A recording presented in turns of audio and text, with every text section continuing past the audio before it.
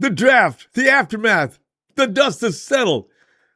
And I think we did this last year as well. This year, fam, I'm telling you right now, I'm not. We can let's talk about this for a minute because I believe the underestimation is a little premature. Well, some people are livid behind this draft, if for no other reason, but the now historic third round. I know I do at times, in order to keep from getting too upset, I go ahead and I cope. Coping is not always something that people want to do, but rather than go into a stress level that I don't really feel I can do anything about, I just go ahead and relax and just look at there is a bright side, there really is. Let's discuss it. 49ers 2026 draft. The complete fail grades are really unwarranted, though. It's not that kind of bad. I'm over at Twitch or Twitter. People have got charts, histories. They've got all kind of evidence as to why this draft is an absolute fail. Here's the thing.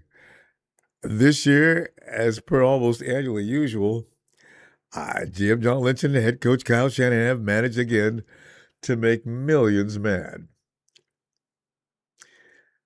We're in the playoffs every year. Okay, anyway, make no mistake. This year, the Lynch-Shanahan war room passed on some marquee names and sidestep positions of need that were right there for the taking.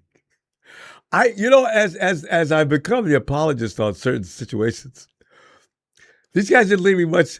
If I went into a courtroom, I'd be stripped naked by the time 20 minutes went by. It's like you don't have a leg to stand on right now. However, after a roster that has only failed to compete year after year during this regime, mainly due to injuries, it's true. Could it be that the time has come to give the benefit of the doubt for the period of 1 year at least after each draft?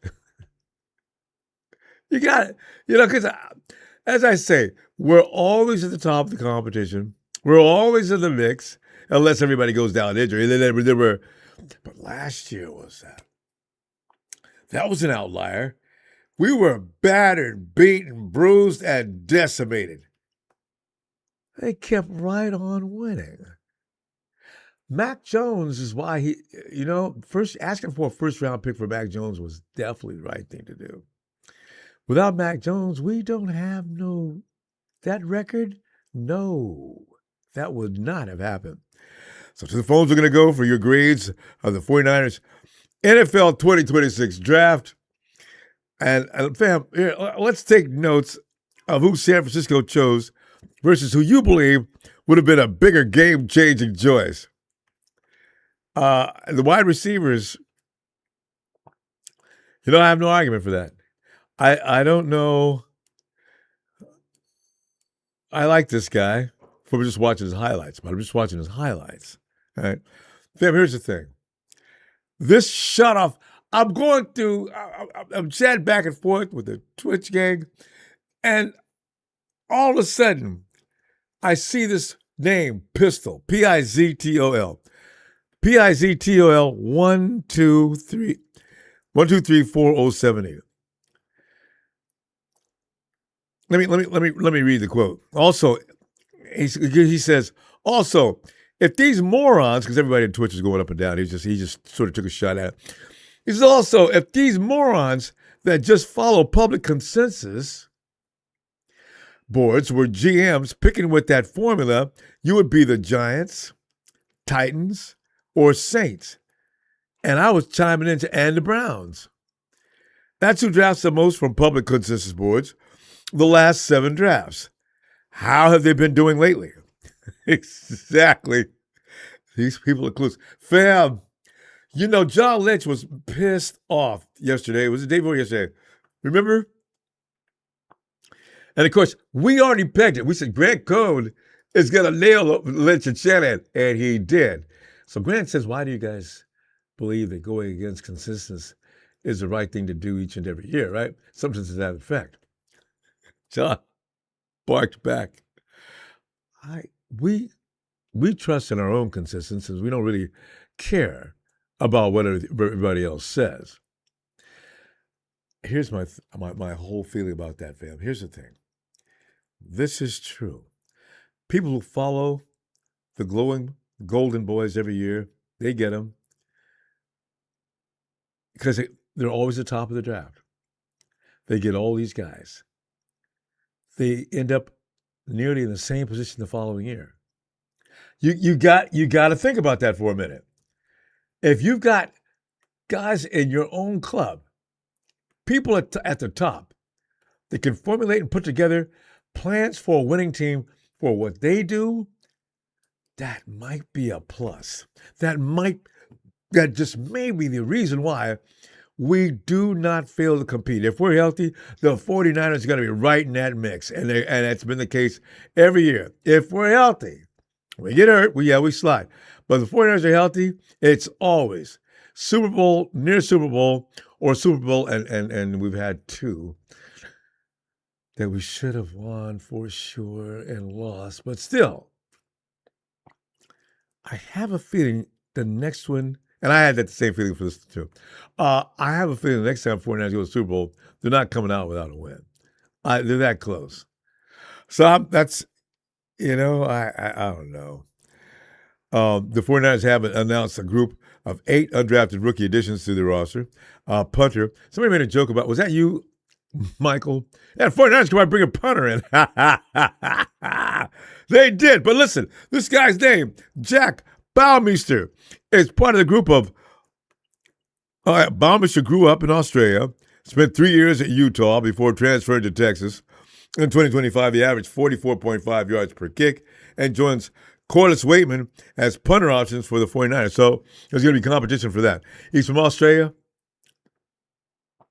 That's all I need to know. He's most likely going to win that job. 49ers are also signing North Carolina State wide receiver Wesley Grimes.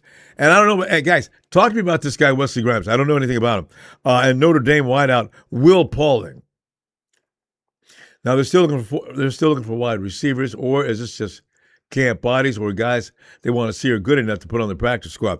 They made Deshaun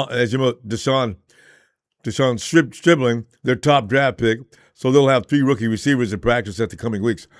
We've already got some hardcore battle-tested veterans at the wide receiver room. We're not playing this year. We are serious. Right? Penn State tight end Khalil Dinkins, Tennessee defensive lineman Bryson Eason, Indiana defensive lineman Mikhail Kamara, Notre Dame safety Jalen Stroman, and Illinois defensive lineman James Thompson are the other new Niners. Are any of them worth a damn? Somebody, Penn State, Notre Dame, good programs. Indiana defensive lineman. 49ers didn't go looking around no rinky-dink schools. All right, Penn State. All right. Anyway, here's Will. Remember, we got 11.6 mil. When we first heard about that, someone was saying, hey, what do we got? What are we doing this for at this particular hour? What do we have coming up? All right, money's still in there. All right, let's see what happens. All right, we start off with Deshaun Stribling. I looked around for grades. 49ers got a B+ from a lot of people on that. Given some of his measurables, he could be special. I looked at him. I looked at his clip. I said, this dude, big and strong, just a slightly bit smaller than Jennings. The book on him is he blocks. Really? I said, he's got more speed than Jawan. This dude looks like Jawan Jennings on crack or steroids.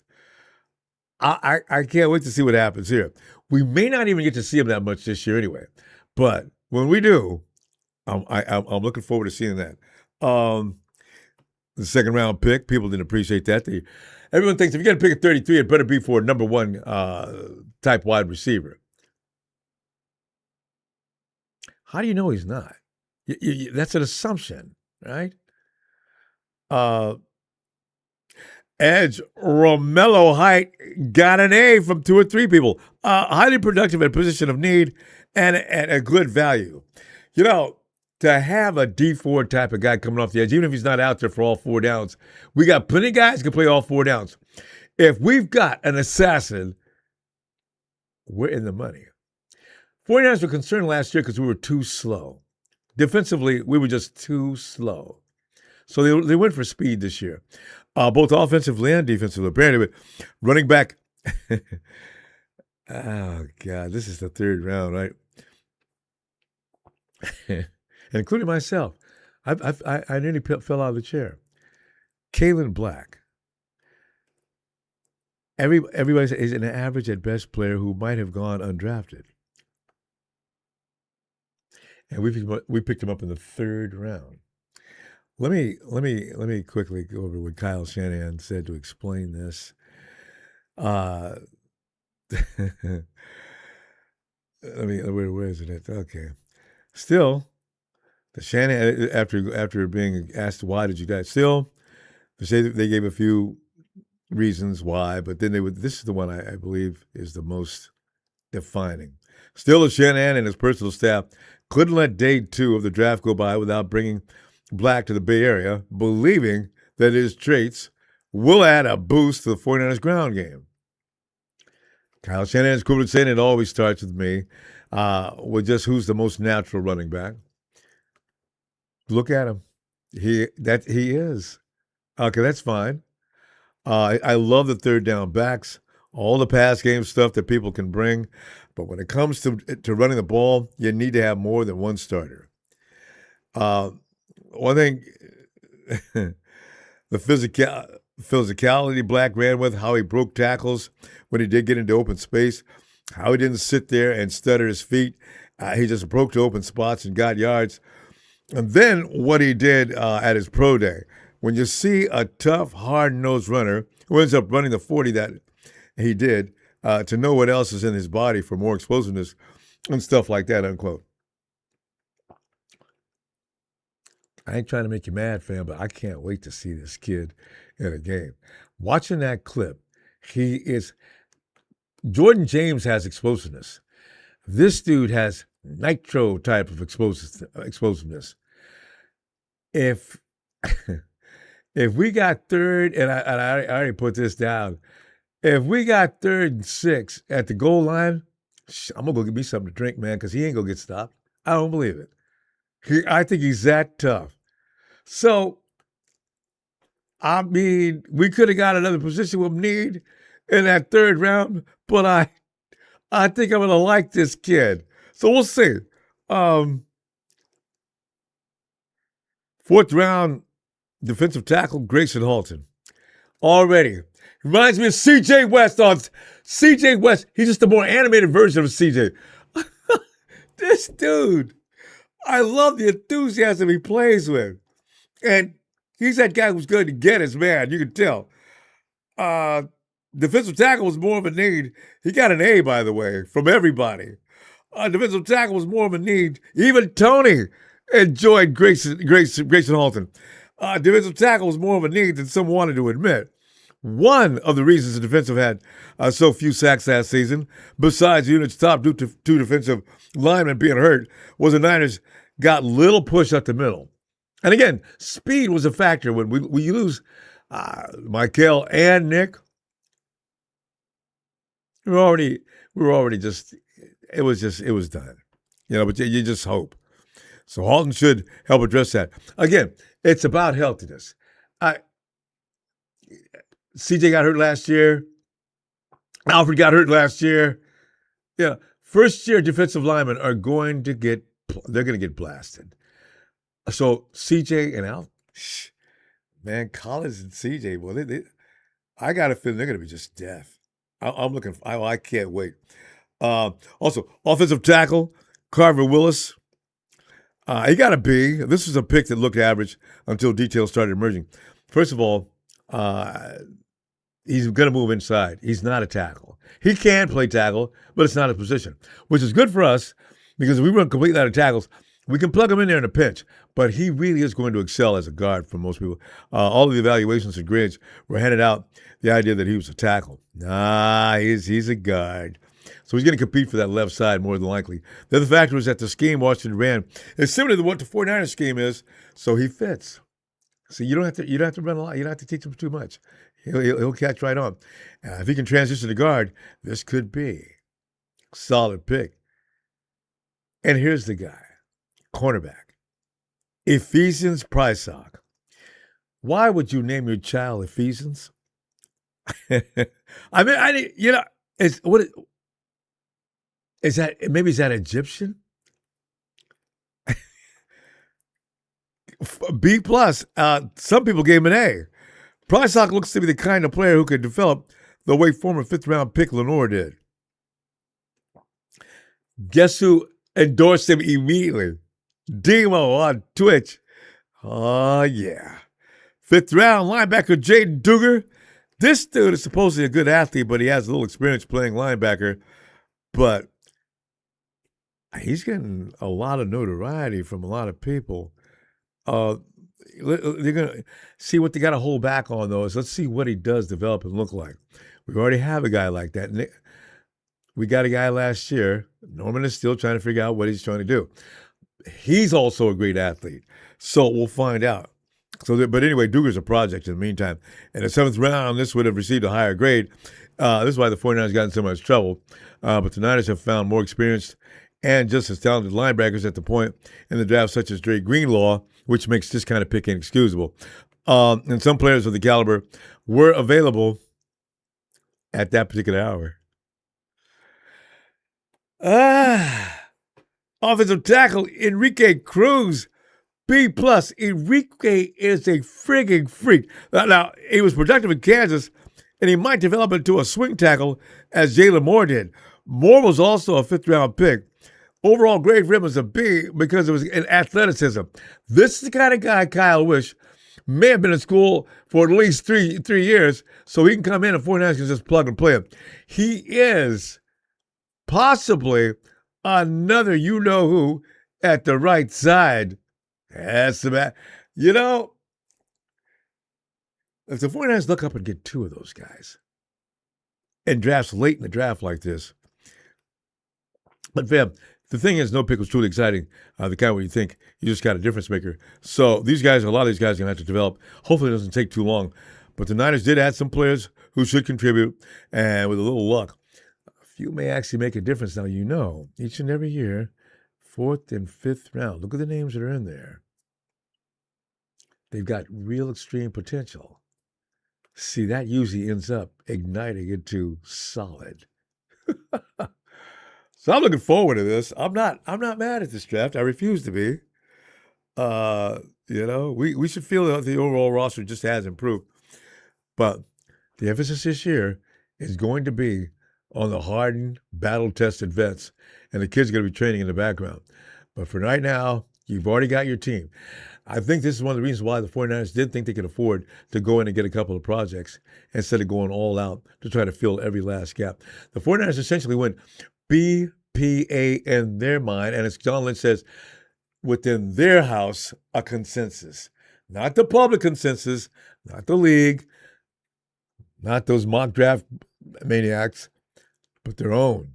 Fam, think about that for a minute.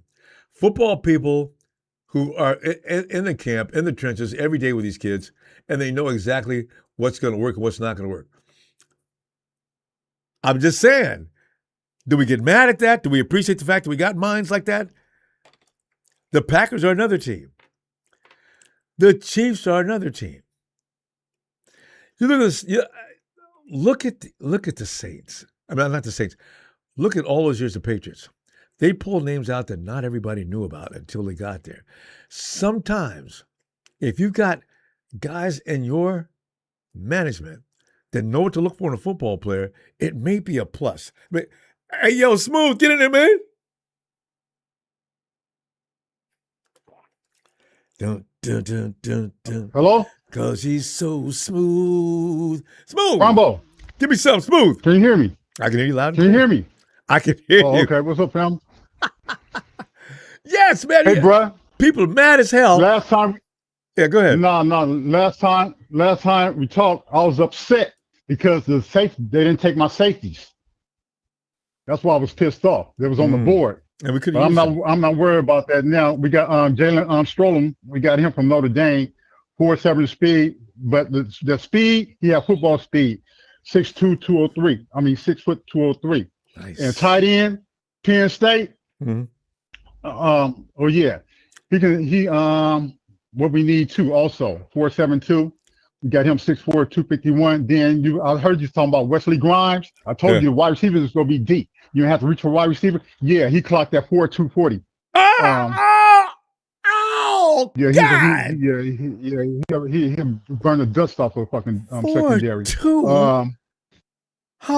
Yeah, clocked at a 4.3 flat. Then he ran again. He ran a 4.240. So yeah, I've been following him too, but I thought he was gonna be off the board earlier than what. But like I said, it's about 17 some wide receivers, so the draft was gonna be deep. And then I told you it's gonna be some gems for undrafted free agency also. So yeah, bro. Then we picked up Makai Camera.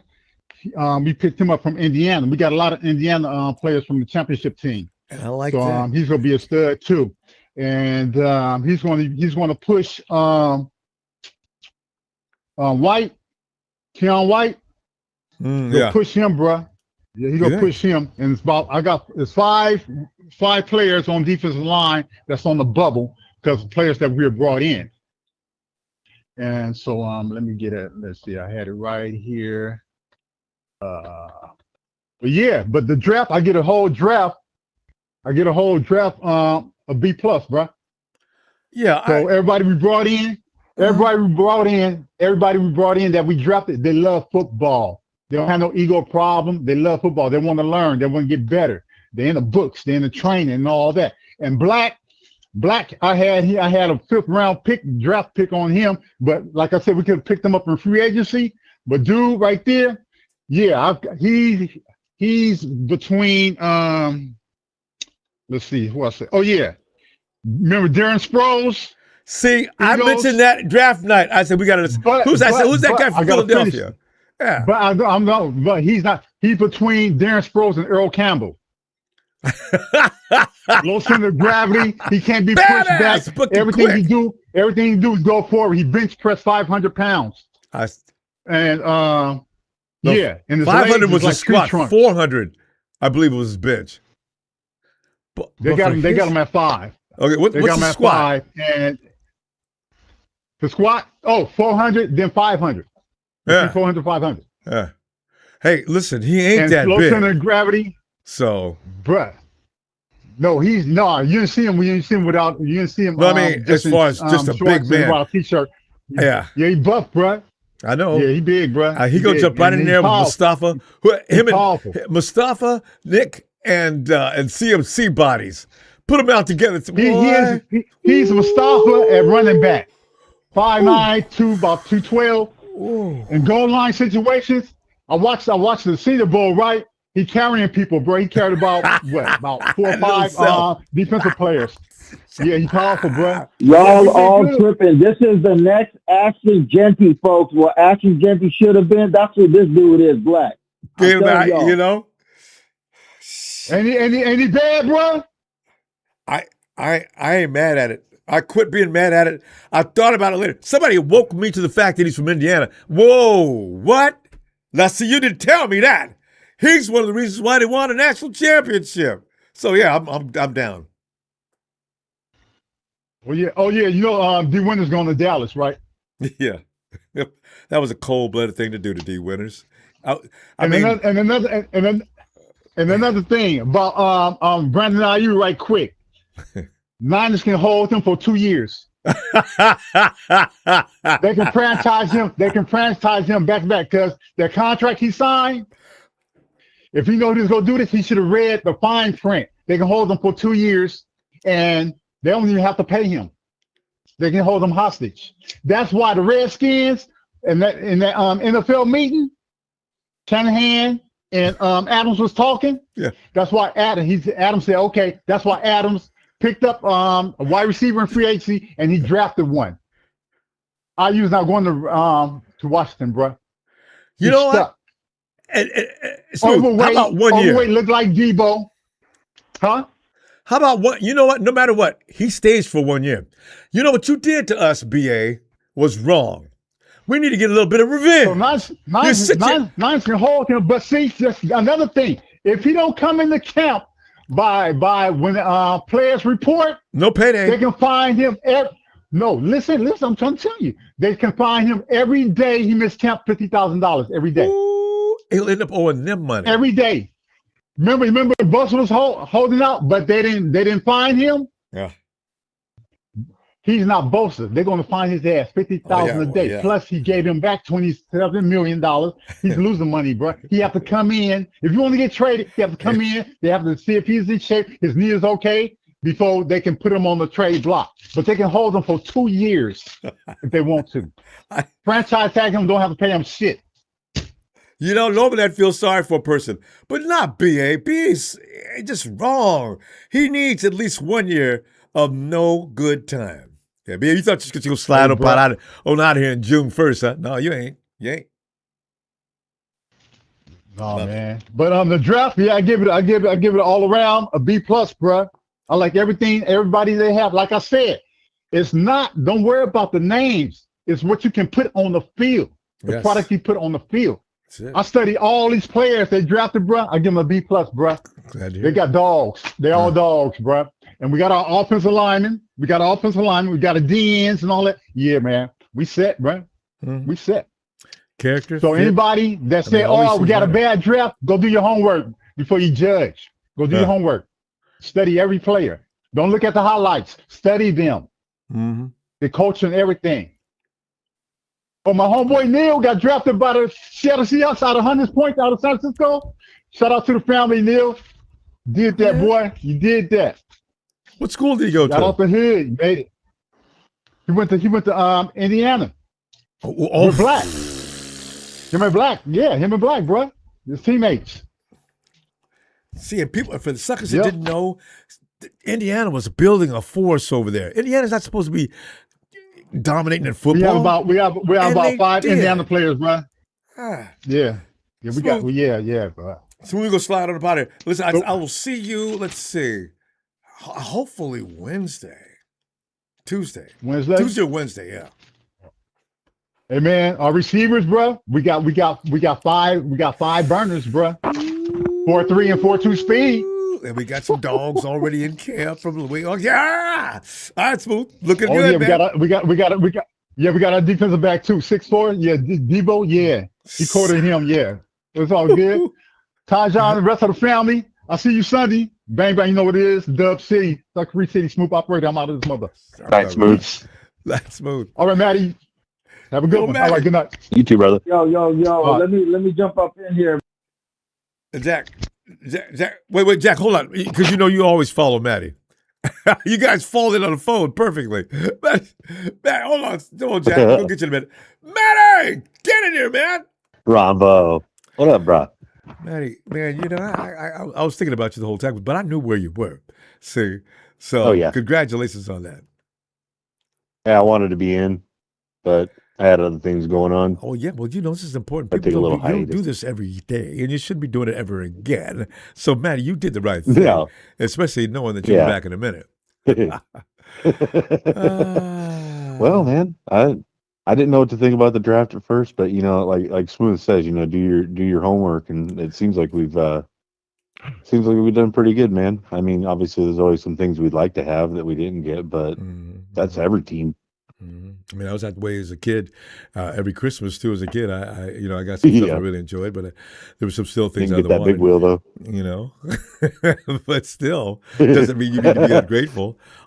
Matty, because after the draft, I was a little bit with everybody else. I had a little problem with the kid we got out of the running back we got out of Indiana, but you know what? Then I found out where he's from and his pedigree. I said, whoa, Ronbo, pump the brake, man. Walk that back. Yeah. What? Okay. Man. So I'm happy with him now. Could really throw some excitement in this whole thing, man. Dude's a beast. So things are looking up, man. yeah, Yeah, and man, I excited. trust. We need to trust.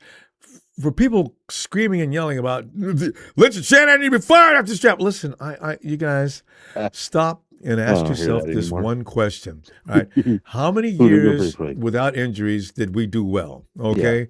That isn't because we drafted bad every year that they've been here. And there's been some very good picks. We need to stop. It's the public that says you should go get the golden boys that they so go get. And just like Pistol pointed out, look at the teams that get those golden boys each and every year. They're getting them each and every year because they're high in the draft order each and every year. So I said, Yep. woo! You sent them out. You sent them out full there, Oh, didn't man. you? Yeah.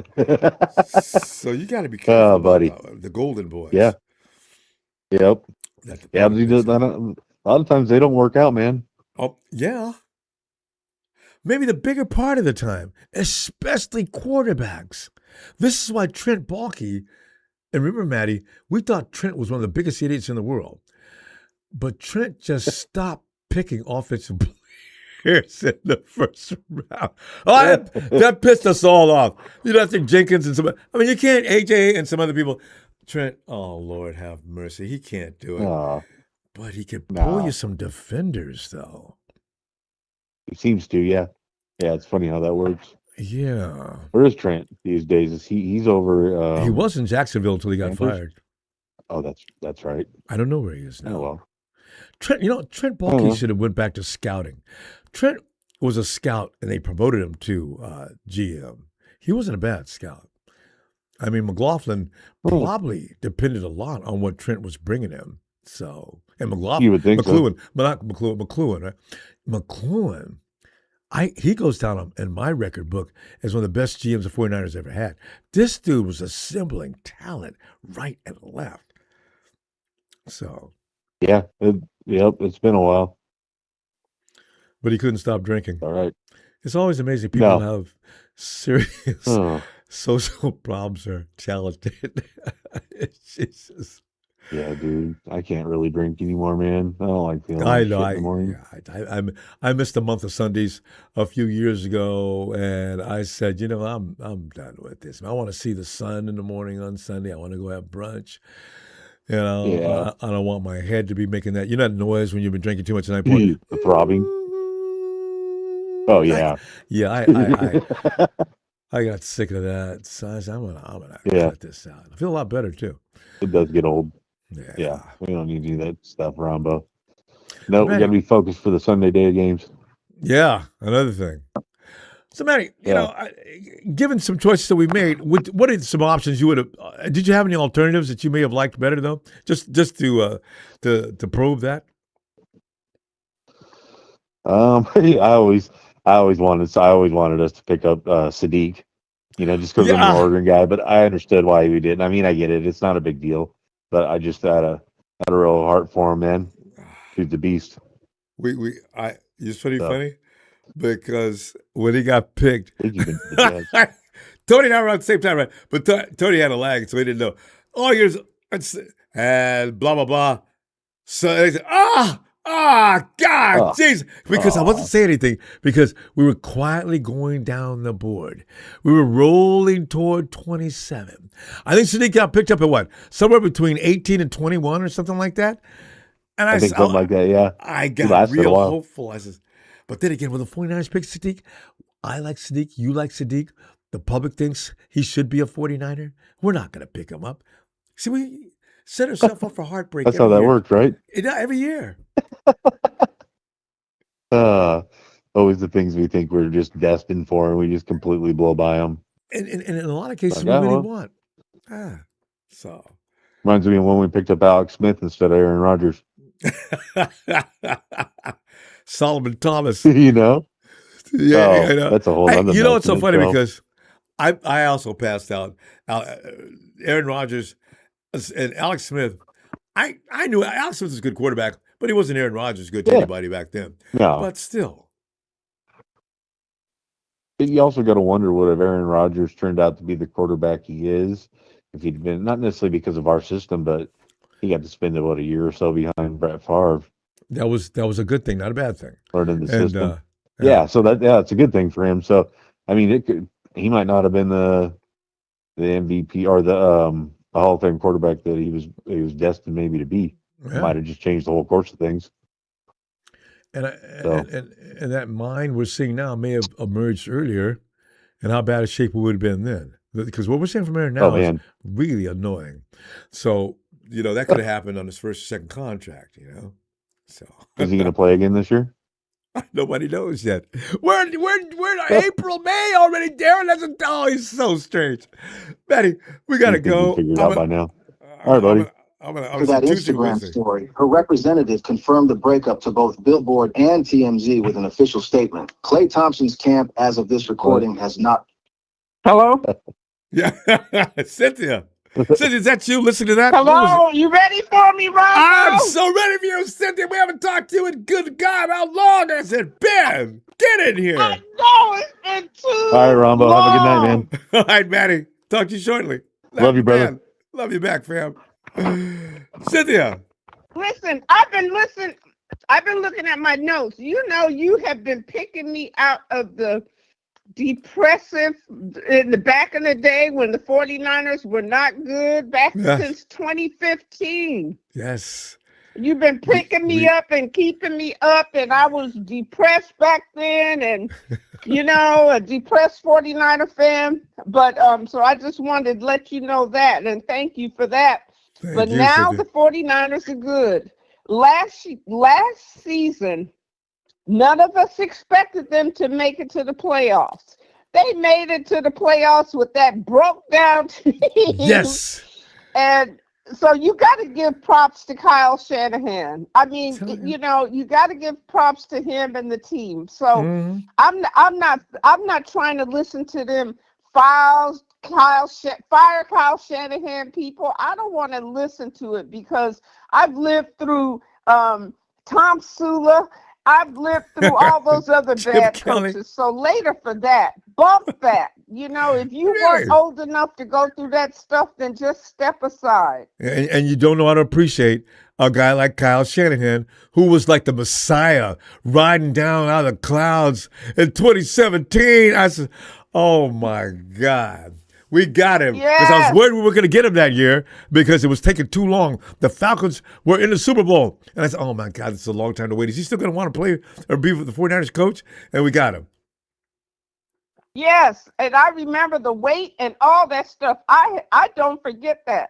So that's where I come from right now. I do come from some gratitude.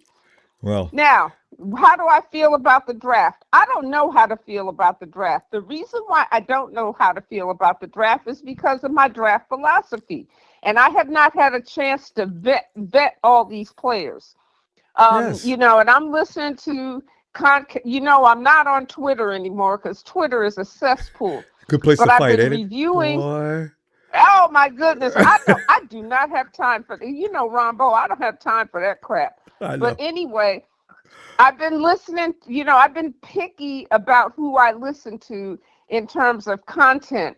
Now, some of these, one thing people ought to realize, Kyle Shanahan himself said he expects 2 of the drafted players to contribute in 2016.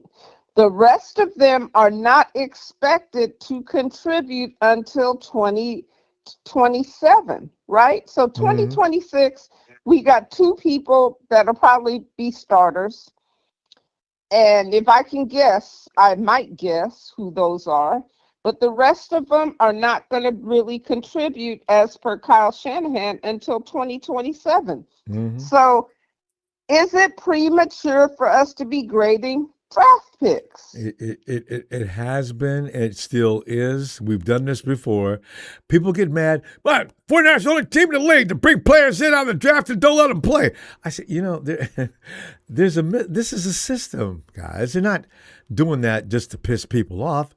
There's a reason people just understand the method to the madness. Sometimes that's what you need to do. Right. Objection, speculation. Overruled. All right, go ahead, Cynthia. My answer to anybody who says, "Oh, grading it," I think it's premature to grade them based on what Kyle Shanahan said.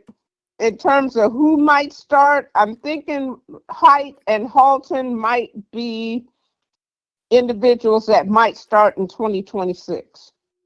You know, now people, I do want to make another comment about Dugan, or whoever. Yeah. Now, I've heard people give him an F grade. Now, he was not in. He could be He's a a project. steal. Yeah. But he's got some work to do. He Right. was not invited to the combine.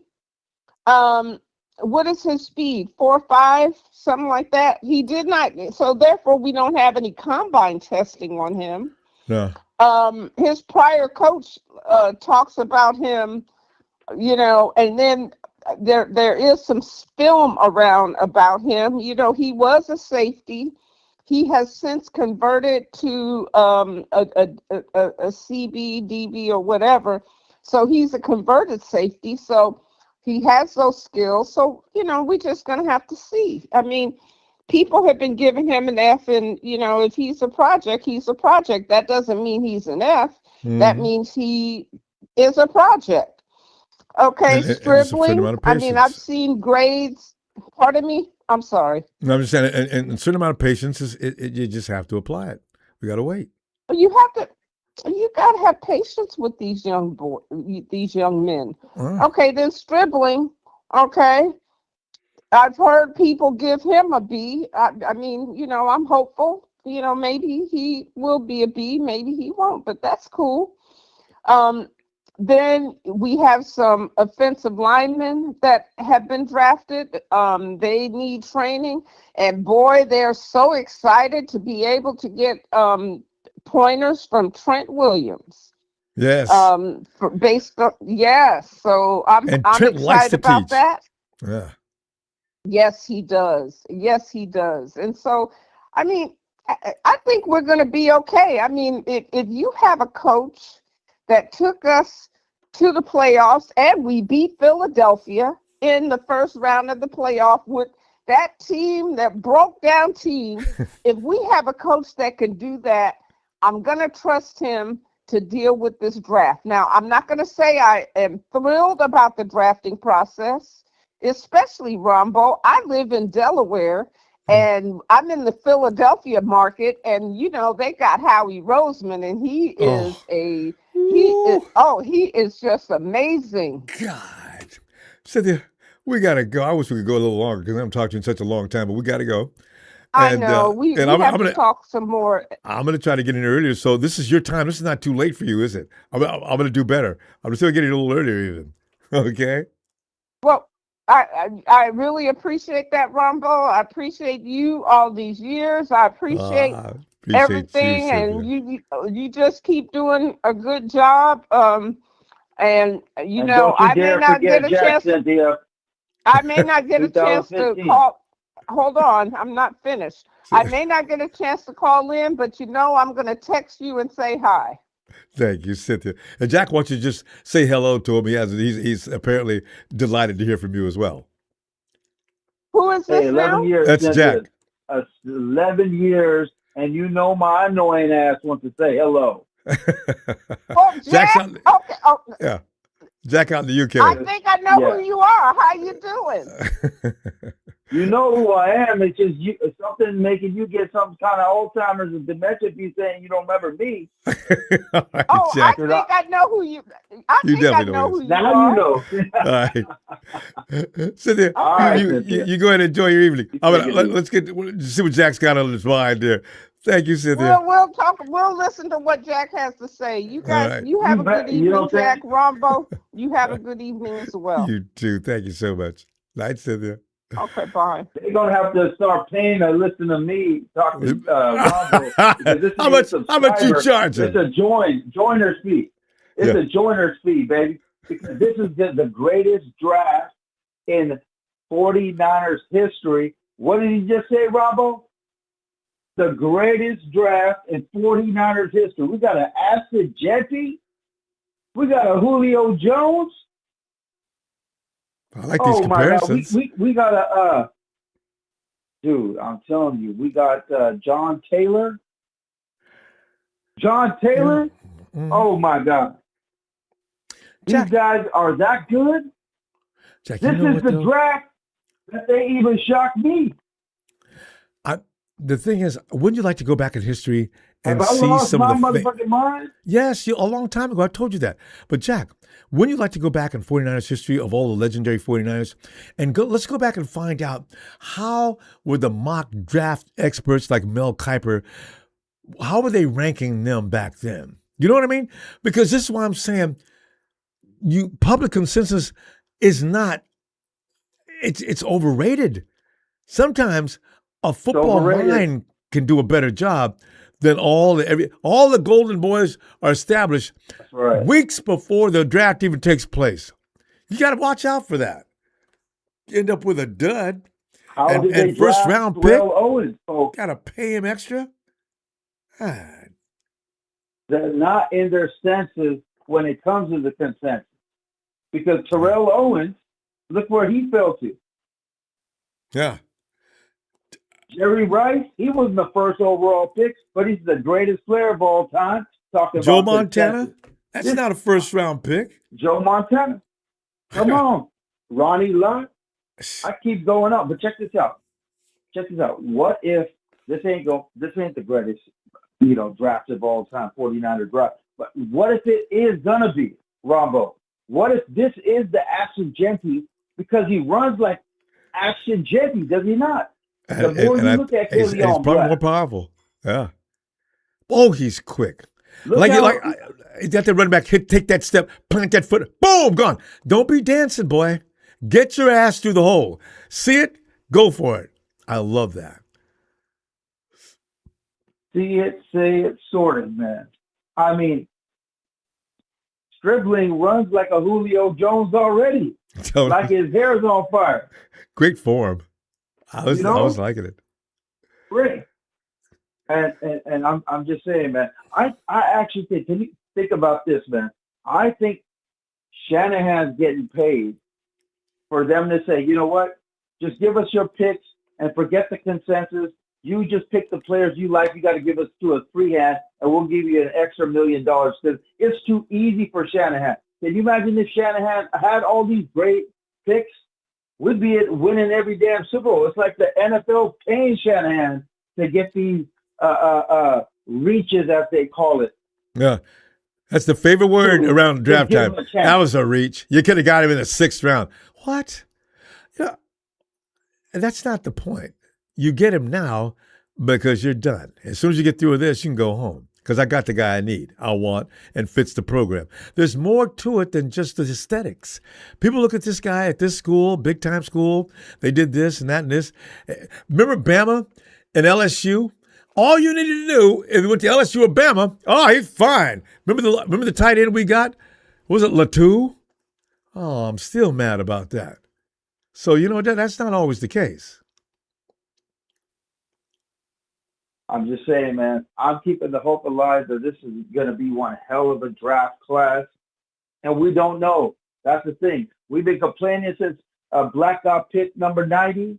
And my guys, Ted Hurst and all them gone, Tampa Bay and Jacksonville to Pregnon. But that's okay, man, because I see what they're doing.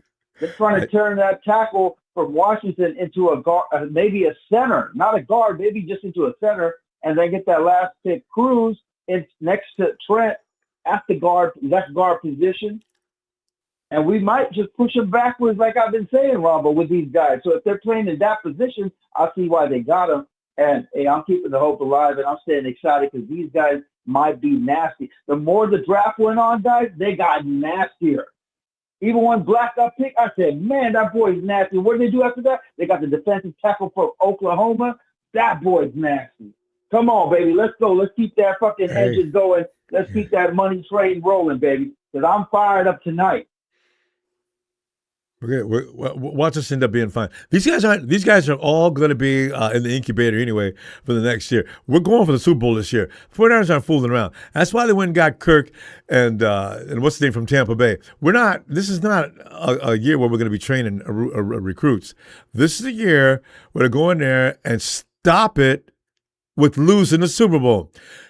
Shams fans, you can talk all you want to, and I see you. Ain't nobody scared of y'all, man. So, Jack, this is the thing, man. This is, you just got to get past the Hawks. But they did some bleeding, too. They lost some talent. So we're going to see. And like Cynthia said, that boy Duggar, that's a nasty motherfucker right there, too. Watch out, folks. It's going down. Stay excited and stay tuned. Ronbo Sports, brought to you by Jack, who endorses Kaleon Black. Let's go. I like that. Let's get the Black Club going. All right, carry on. Yes. All right, Jack. Always a pleasure. Let me see you in a couple of days. See what develops around camp. Sorry, brother, but I gotta do it before I go. Kaleon Black's in the building now. So there goes Gorendo out the motherfucking door. That's cold. Hey, wait a minute. We're going to find something for him to do. Fingers Have a great crossed, day, man, Jack. because he ain't got one slap last year. All right, please. So that's the only cold thing about the 49ers. They bring people in, and then next year they bring another guy in. Jordan James doesn't know it, but he's in trouble. This kid, Kaleon is, man, okay, we'll see. Hey, yo, E. What up? We're looking over what a lot of people look at. You know how they bring assessors out to places that are burnt down to the ground so they can report back to the insurance company because they got to pay the homeowner. 49ers are looking at our draft a lot like that. What did you guys? It's not that bad. Some people are just really outraged. And mostly, I think they were okay with the second round, and then they pulled Kaleon. All hell broke loose then. So, how are you feeling about the draft and the grades? What would you give them? I said I'm gonna do. Hell, boy, say I'll do my homework. I'm gonna give them a couple of days, couple of months, because most of them, but one was picked ahead of time, like 100 picks ahead of time. Kaleon? I ain't gonna say 100, but about 30. Yeah, we probably could have got Kaleon in the fourth round. I agree. Because running backs, there was only 3. How many running backs were taken this year? I don't think, but maybe 4 at the most. Something like that. Yeah. Wow. And the 2 we wanted, or the 2 they said was real good, was still there when Kaleon Black got picked up.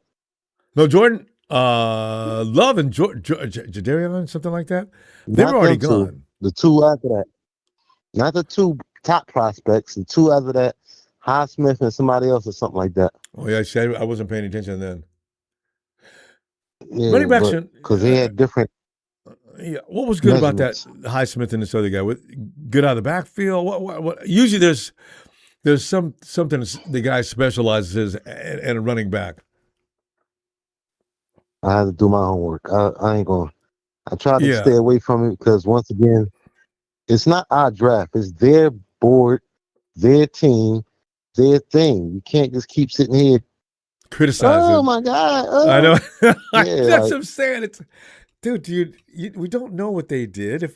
If we went in and asked Kyle at his desk, sat there just privately, we'd walk in pissed off.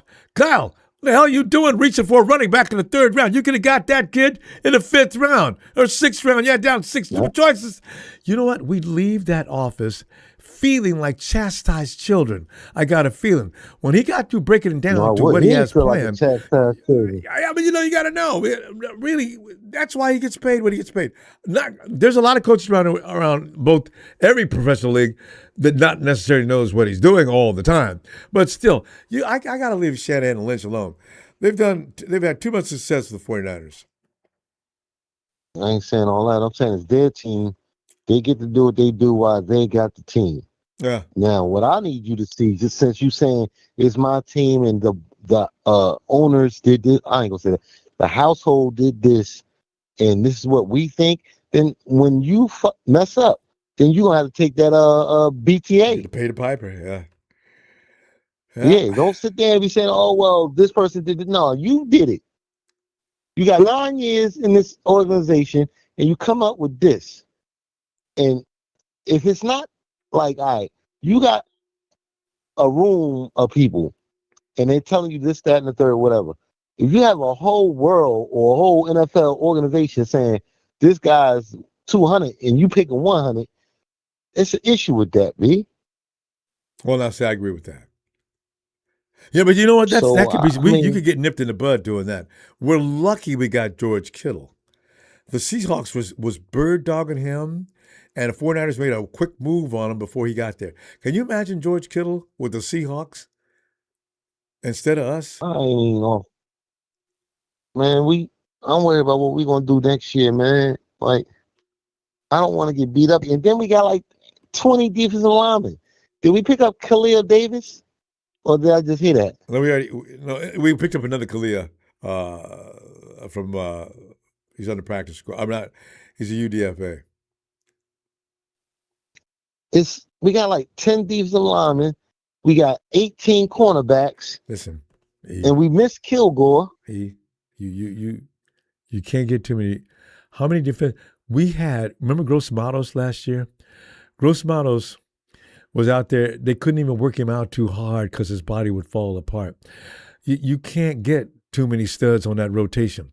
When the defense is out there fresh all day long, if I got 20 defensive linemen, if all of them are beasts, your quarterback on the other team he's got a problem coming. So I ain't mad at that, man. You shouldn't be either because the 49ers. Ronbo, stop believing what they telling you. No, it's common sense. Listen. If you got 20 defensive linemen, right?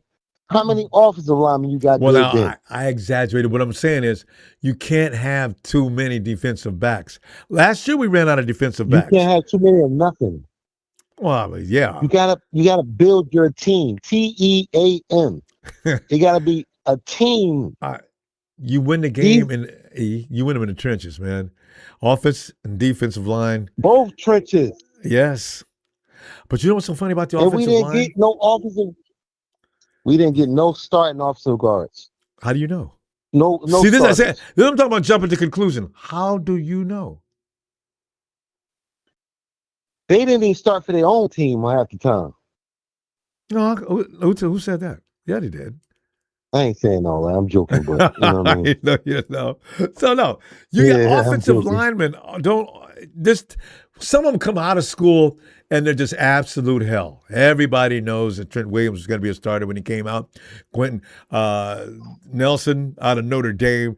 Every now and then, the big guy we missed out on that went to Tampa Bay, something worth. Yeah, a few here and there. But every day, every year, linemen coming out, the draft, ready to start? No. Okay. We got to do our homework, but we do. Okay. That ain't it. We got to go. Looks like we got a crowd tonight. Yeah, I'm going to see you in a couple of days, all right? No doubt. You're going to see me in a couple of weeks, probably. I'll sit back and just adult and eat this up because I'm looking at non-brilliance. I know you are. That's what I like about you, E. I can point out some things that you need to know. I'll see you in a minute. All right, fam. Have a great evening. Be good, yo. You too. Bang, bang, 9 again. Yeah, it is. All right. Yeah. Hey, yo, Lorenzo. Yo, Ronbo. Lorenzo. Yeah, Lorenzo, we end up, Lorenzo, I'm trying to remember last year that we was happy about the draft. I mean, you know what? As a matter of fact, was it last year we weren't unhappy about the draft? But I'm trying to remember. You could pick. Year, I was the only one happy. Fuck, everybody was like this year again. Hey, man, nobody fire the motherfuckers, you know? I had to turn it off. You notice I didn't call the other night. I heard about that. Crying, fire pal, Shanahan. Like, God damn, man. They're going to be mad as hell next year, too. Yeah, yeah, fucking ready to concede already in April. Everybody's getting better except us, And there I we want are, to right? just get on there and say, "Shut the fuck up, you Niner Lorenzo. fan, aren't you? You know, goddamn, man." Lorenzo, the thing no is, crying in fucking draft. You know, ain't no fucking crying in that football. I love they use that one. Lorenzo, at week 14, the 49ers win one more game and they sew up the number one position in the playoffs. See, I get to hear things like that, and I'm trying to say, guys, how bad can we be? You know? Remember last year I told you all along, Ronbo, don't worry till I worried. And at the end, I said, That's true. I'm kind of Because worried. Lorenzo never worries. We got nobody. Yeah. But we got a good team. You know, we've got a good coach. We got a good team. And they know what they're doing. Yeah, and then, you know, no fucking sense that, well, we could have got this. What are we, the fucking Cowboys? You know, we could have, would have, should have. You know, fuck that. You know, we got who we got. We're going to roll with them, you know. I mean, the Cowboys and trying to get in the playoffs. But when you see the picks, when you see the picks, though, they're not really, you know, I mean, they don't glow. You can kind of see, you know, they're not the Golden Boys. After, you know. Yeah. But they all have what, you know, they have something. They're all athletes, you know. They're good football players. That's why the scouts and everybody else has to get together, look at film. Okay, see this? See how his hips drop? See how he flip? Even, like that linebacker, he's you know what, the only knock against him was 17 benches or something, but he's got long fucking arms, you know. Of course he's not going to bench as much as, you know, he's got he's got real long arms actually. Yeah. So he's got 4.4 speed, so he's fast, you know. Yeah. Played safety. He's not, you know, he's small, 240. And 49ers are hell bent on But you getting think fast. back on it, he's the same size as Fred, you know. Yeah. So he was, you know, he's not small. He's got longer arms. He's got like 2-inch longer arms than Fred, though. He's like a spider probably out there, you know. We may see him this year. But when you start thinking, he's linebacker, so you figure, you know, against Seattle, 3 tight end front, you know, when you go up against 3 tight ends, right? Mm-hmm. He's been a safety too, so you got somebody like that already on our team that can do that, you know. And the 49ers knew he was going to be good. I'm happy with it, you know. I mean, you know, and then we got speed, right? Defense. Yeah, lots of speed this year. Yeah, we got speed. Yeah, but I mean, who's going to run against us? If our guys are healthy, who's going to run against us? Oh, as soon as you got Fred and Dre back, the running is over. You know, and also that front line. No, even without, you just like, even look at our front four, the run stoppers. Yeah.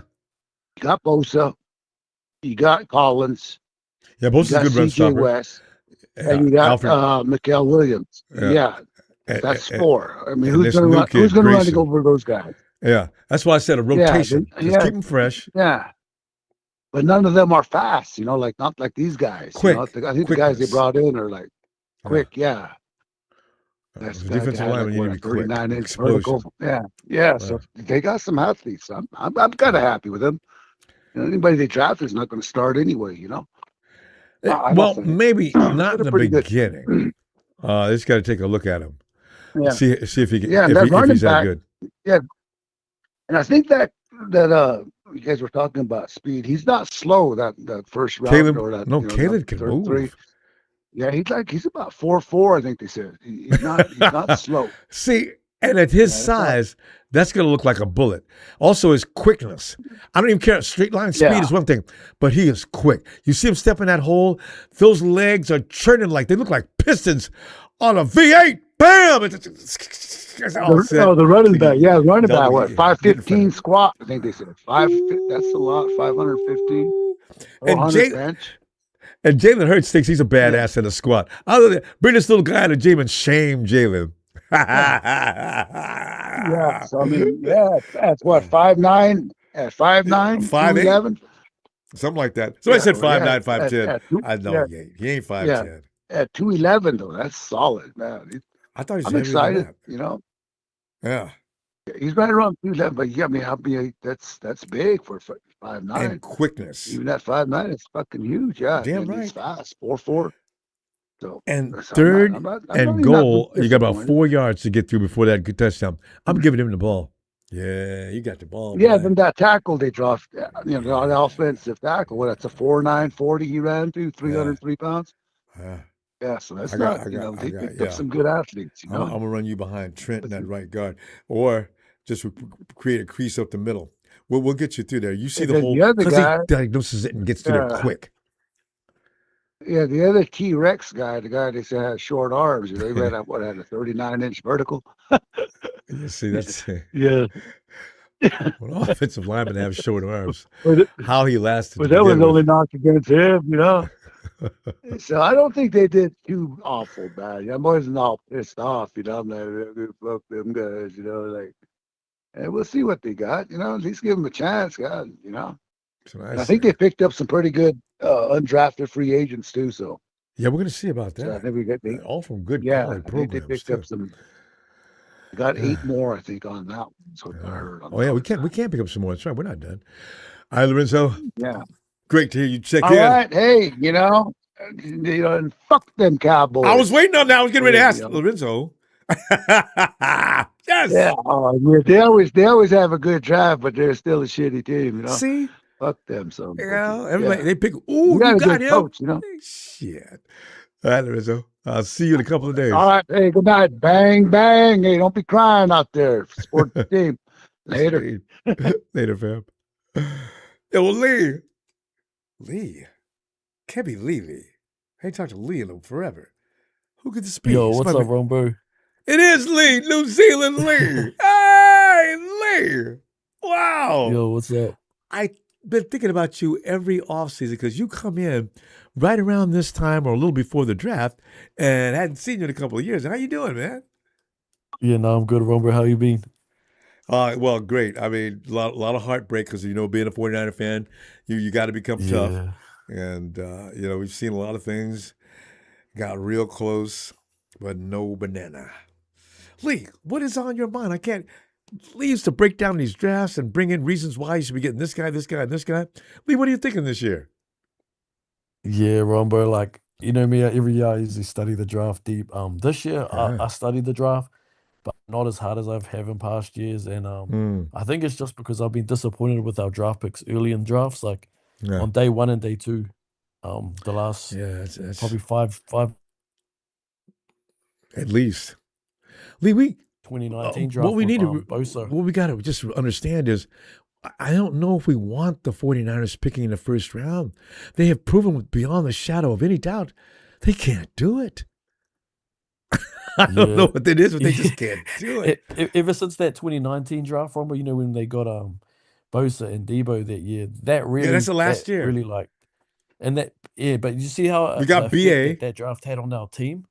Yeah, that made us a top team off that one good draft. And since then it's like we've got such a good coach in Kyle Shanahan, so they'll talk about firing him.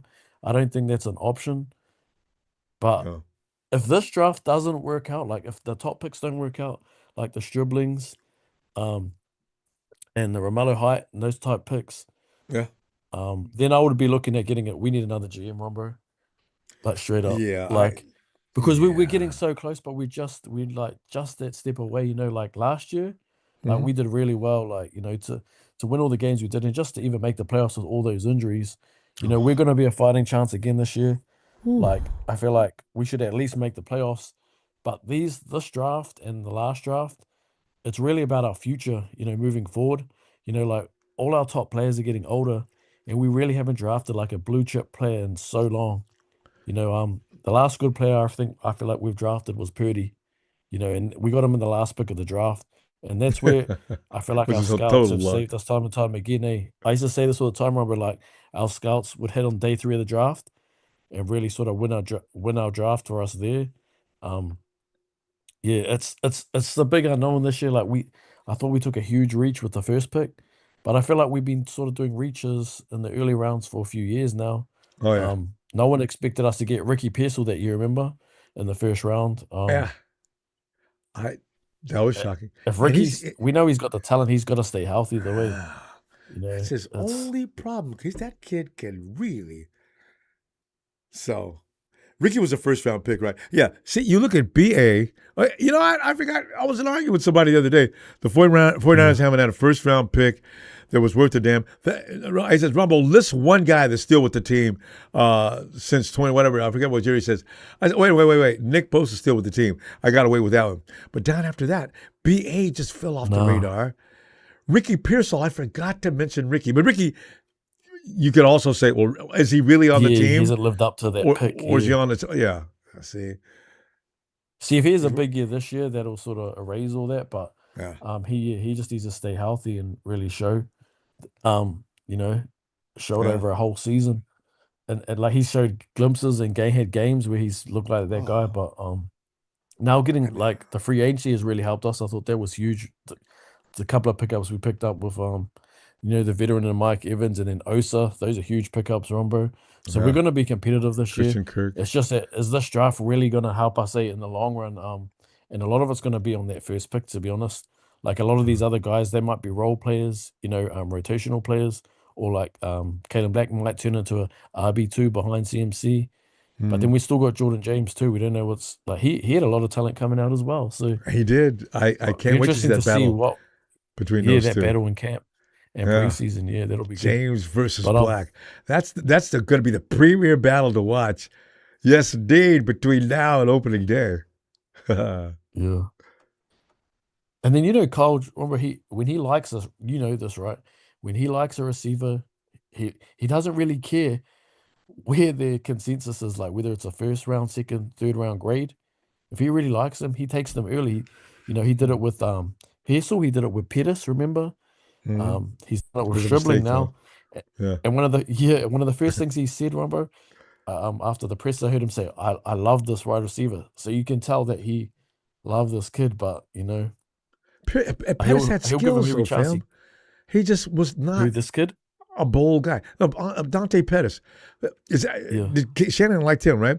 Dante was just a coward. Yeah, he loved him, yeah. Jesus, that's too bad because he could play. And that was a second round pick too that year. That was the I think that was the 2018 draft. Was it 18? Yeah. Wow. That was McGlinchey draft year. It was a second pick. And a lot of people didn't really know him either. So when Cole really likes a guy, he'll just take him where he wants him. He doesn't look at everyone else's consensus. So I hope this pick pans out. He's got the size, he's got the speed, Ronbo. He's a good blocker. I just hope it pans out. Yeah, because we don't need any more mistakes at that. And Kyle says we go through 4 running backs a year. All of us have been aware of that. We start with 4 or 5 running backs, and by the end of the seasons, we're looking to call somebody to see if they're available to come in and play with us for the last 3 weeks before the season's over. So I'm glad he did what he did. We'll see. Lee, it's like you and Cynthia. My God, we gotta go now. Yeah, I Lee, heard get Jack back too, Ronbo. Jack's been poking in for the last couple of months. Mr. Jamal Adams, me and him used to always talk about the draft around draft time, and Oh, on a good note though, I did like up the defensive tackle they picked up from Oklahoma. Grayson. Bolton. He's a tough guy. All right. Yeah. Only, as I say, delighted to hear from you. Would you get back in here again as soon? I'll be back in a couple of days if you got time. No worries, Ronbo. Shout out to you and shout out to all the 49er fans. Thank you, Ronbo. Right. Thank you, Lee. Have a great day. Lee's just getting to start. His day is just starting in New Zealand. Hey, Bazzini! Ronbo, what's happening, baby? Bazzini, man, we 49er fans, we're handing out crying towels. Boz, and I know you probably feel like most people do. Not most people, but those of us who are trying to say, would y'all calm down, man? Ain't no way to make no judgment on this draft 5 minutes after it's over. But Boz, what are you thinking about this draft, though? First of all, Ronbo, let us not forget who I am. Yeah. I am the predictor of all predictors. Yes. That's why I am the great Bazzini. Okay, Ronbo. Yes. All right. I want to clear one thing up. A caller or two before said, we're not the Cowboys. We're not the Dallas Cowboys. But Sourdough Sam is a Cowboy. And the 49ers are gold-minded Cowboy for the record. But I digress. You have Cardinals. You have Ravens. Those are birds. You have Raiders, you have Buccaneers, those are Pirates. So technically, 49er faithful, we are Cowboys. We're not Dallas Cowboys, but we're Cowboys. Because we are Cowboys. We are the gold mining Cowboys. That's what Sourdough Sam gun means. on the hip. That's it. But let me get back to this draft. I saw something in this draft that has me super excited. And there is a starter brewing, and I'm going to go out on a limb here on one of the great Bazzini predictions. He is from Chicago, okay?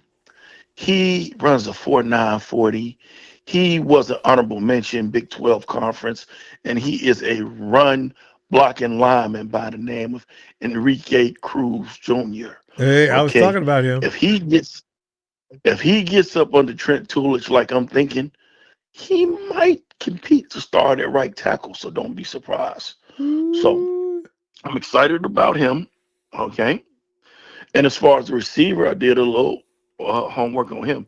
He has a photographic memory. He was in 4 different systems. He picks up offenses fast. And you know, as we all know, if you can pick up Kyle's offense, Kyle is going to give you time to play. And he's a great blocker.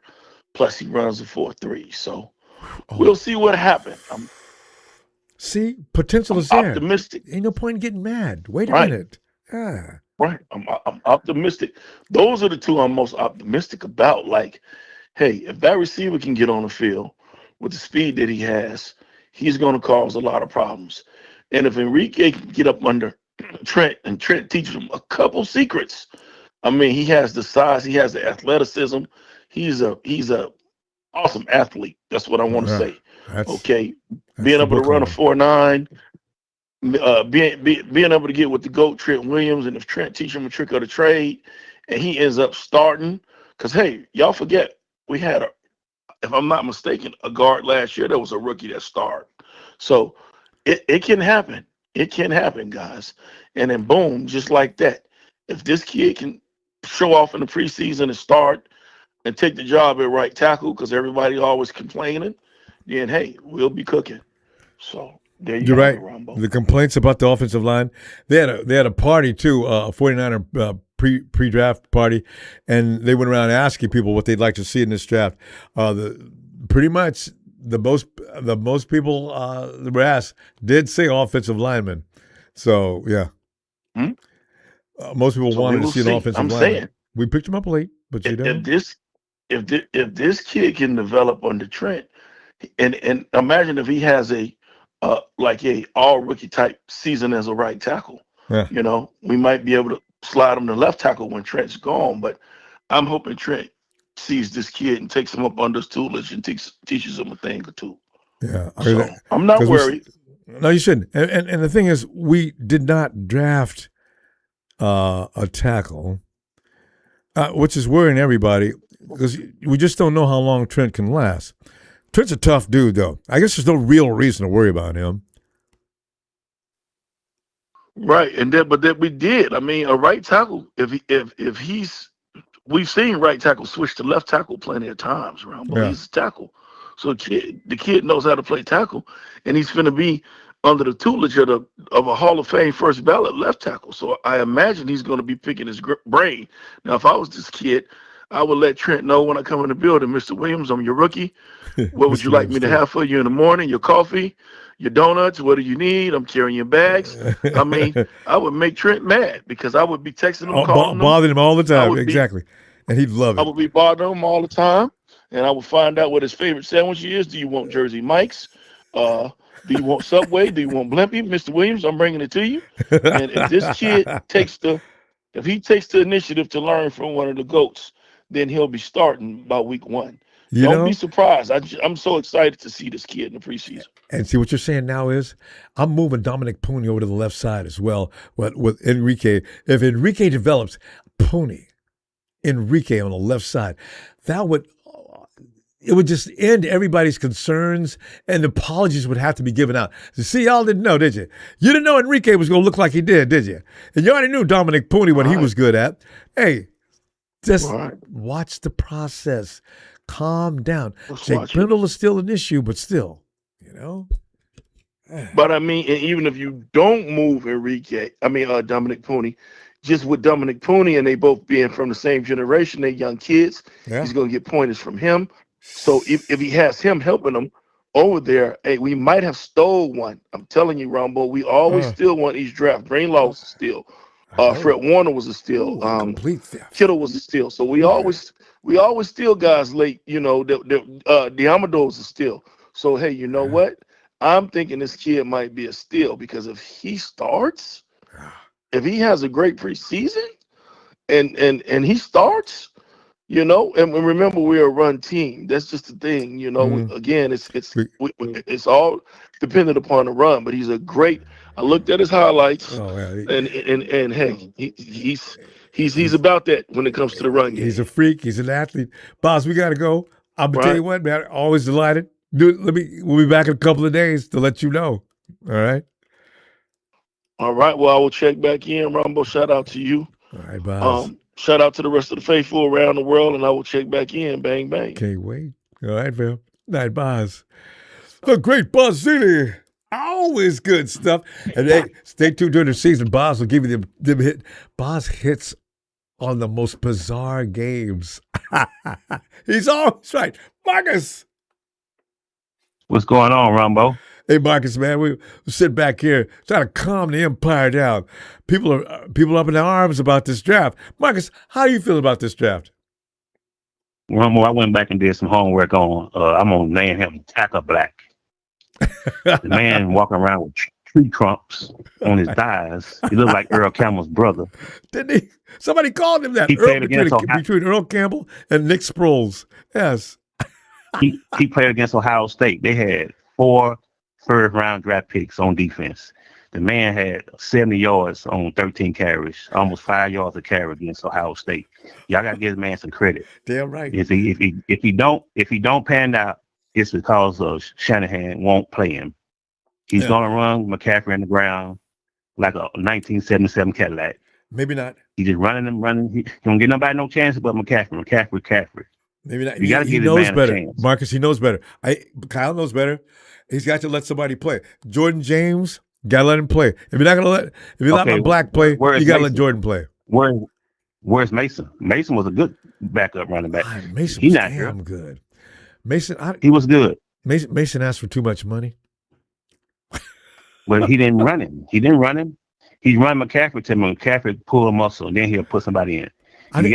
Black is a good running back. God, I can't wait to see him run. My God, he's electric. Marcus, you know what though? He's really short. think He's Shanahan, 5'8", 5'9". He's 215 pounds. Number of muscles. Oh yeah, huge muscles, and he kept his explosiveness. He's a freak. Love it. Yes. Mutant. Now, what people are not complaining about is we need another safety because the safety we got back there, number 6, no. He can't cover. He can hit. He can hit, but he can't cover. And remember, they made a position up for him. He was a big nickel. I said, you know what? We making reservations for Jair. He can't cover. Yeah, can we get another safety that can cover? And that's what he was supposed to be good at Penn State, Marcus. Jair had radar. Last time we had a safety last safety we had that can cover was Merton Hanks. Merton Hanks was the best safety we had since Ronnie Lott. And Merton was so much fun. If Merton made a play, oh, here we go. Ah, Merton, the neck. I just want everybody to give the rookies a chance. If Kyle will play them, they'll be all right. They'll be all right. He's got to give somebody else some chances, man. Stop running the veterans in the ground. Yeah. Just like if McCaffrey played the first series, put Black in the second series. Or James, let them switch out. Let them running back by committee. And then even when if you get to the playoffs, and he's fresh. He's ready. He knows what to do. If you get to the playoffs and you want to run McCaffrey in the ground, yeah, that's when you run him in the ground during the playoffs. Yes. But rest him during the season. I think he's going to like him. I think he's going to like. And if you could put them both in the backfield. McCaffrey can line up in the backfield as a pass catcher, and then you just got to put Juice on the bench for a second. But you know what? 2 backs, and nobody knows. The DC doesn't know what the hell's happened. If I got 2 backs with McCaffrey and some other back there, what am I going to do? Call timeout. Mm-hmm. So that's why you gotta. And then this receiver we got running that 4.3, that second round pick. Yeah, he's Jennings with speed. I know. That's exactly what I saw too. And Kyle says he blocks. He kept that slant. If he catch that 10-yard slant over the middle and he get one tackle broke, he's gone. Goodbye. Yeah. Jennings didn't have the speed. Jennings had a good route runner, but this guy here got speed. See, and more speed than Debo.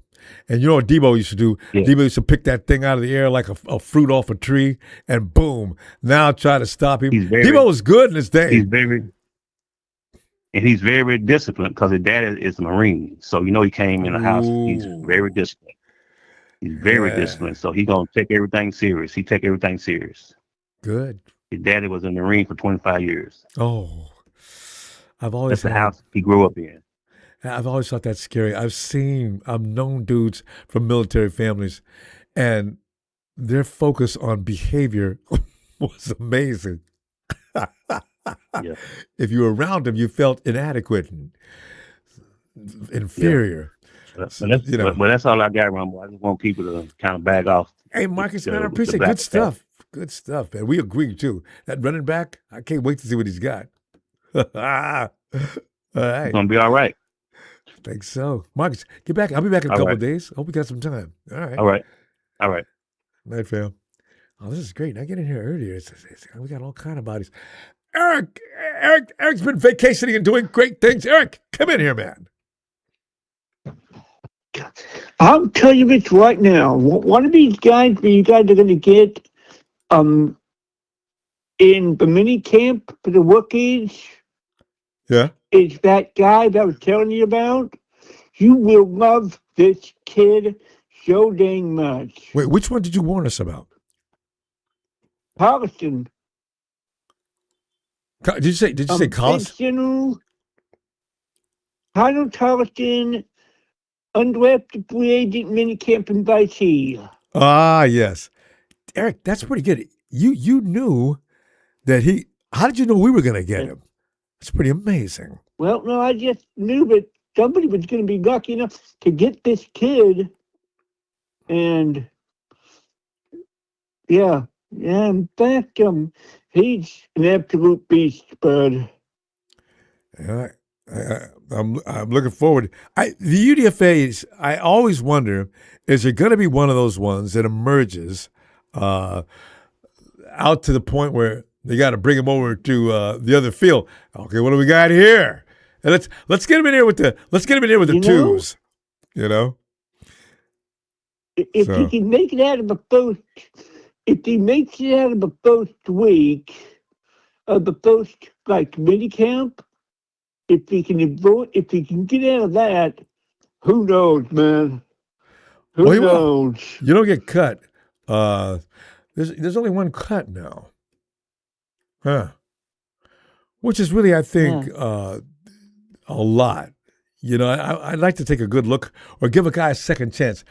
I used to like the system we had before. There was 2 cuts, I think.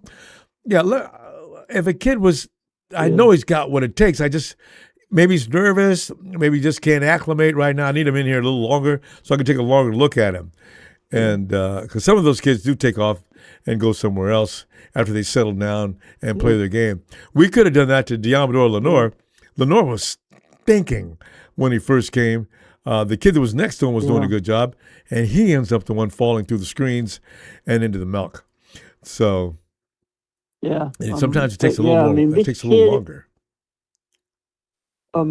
He in high school, he was a champion in high school. He was a high school state champion in football. So, you're getting a champion. It's hard to do, actually. It takes a lot of discipline, especially in high school, with everything that goes on. So, yeah. Tell you, we're gonna listen. Your draft, it's over now. Have you got some folks that you're feeling good about? Well, I was not able to really keep track of the draft as well as I would like, but the Price pick, looking back on it now, that Price selection, I feel, was a great pick. Yeah. The first rounder, that was a great pick. I'm telling you, since this new regime took over, it's a great front office. They do good work. Yeah. The nice thing about it is they did what the 49ers should have done the first couple of years. You had a lot of money to spend and a lot of assets you can move around and things like that. And yeah, you exploded. From here on, now that you've been a Super Bowl champion, it's going to become a little more difficult, but you did achieve the objective in the first couple of years. That's awesome. We had that shot. And to go back to what Smooth said, he was thinking you guys could hold BA hostage at least for one more year. I would absolutely love it because he's not a team player. So let's mess around with him a little bit. I like it. I think all of us are in favor of that. I mean, we needed him last year. And he's assing around, coming to the facility when the Spirit moved him, and he doesn't call anybody and tell you what's going on or anything else like that. I tell you what, you get comfortable. You don't need to find any house because you're going to be here for a while, man. God dang it. So we're going to find out how the 49ers abuse him. Up to 2 years from what Smooth was saying, too. 2 years of his prime. Oh, my goodness. Woo! Oh, God. boy. So it's his fault. You know, I think would be even better if he's the last 2 years of his prime and forced him to get the last 2 years of his prime, and then he's really screwed. You know? Honestly, though, I got to tell you, if BA said, look, I want to apologize and see if I can make up for what I've done, let me try out for a spot. I feel like he's a good football player. I feel like he's just an idiot. If he ever apologized, I feel like if he apologized, I feel like he's not going anywhere, to be honest with you. No, make no mistake, Brandon Ayuk can play. He's just a jerk. Yeah. Brandon Ayuk said, look, let me apologize. Let me make it up. Yeah. Get me on the roster. Let me compete and see what we got. All right. Welcome back, BA. If he apologizes, if he apologizes, hey, man, I got it. I let him come back. Hey, man. All right. Hey, I'll be back in a couple of days, Eric. All right. I'll be around. Yeah. Right. Looking for you. Night, Eric. Charles.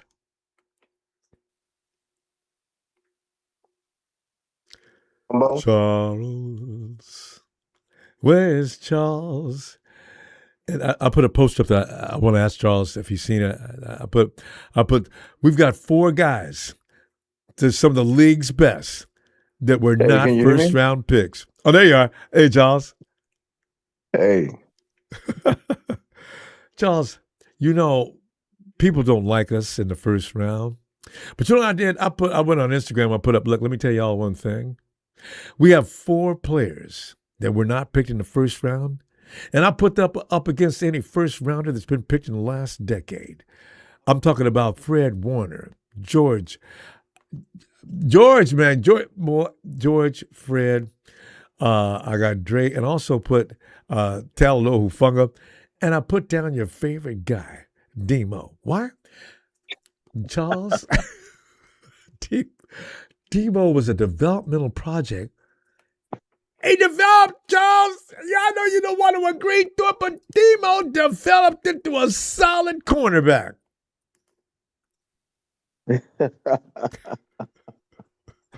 Well, I think he's been more lucky than anything, but it is what it is. I think after this year he ain't gonna be here. We found his replacement in Price Talk, Ephesians Price Talk. Debo even likes that dude too. They must have known each other. Yeah, they probably did. But hey man, a lot of people have a lot of discomfort. A lot of people are really upset about this draft. I was just as shocked as anybody with this Stribling guy out of Mississippi, the wide receiver. But looking at his tape, I mean, he seems like it seems pretty fast. I'm excited. I'm excited to see him play. I hope he doesn't, start dropping balls. I hope he becomes dependable, and I hope he Yeah, doesn't that's always. become often injured. I hope he stays injury free and he really makes a splash because I mean, if he can come on, within the next year or two and don't have a lot of attitude, don't isn't a prima donna and isn't injured, Well, he can that's really. asking too much because he's a receiver. They all got that in their DNA. But let's see what he gets done Yeah. first.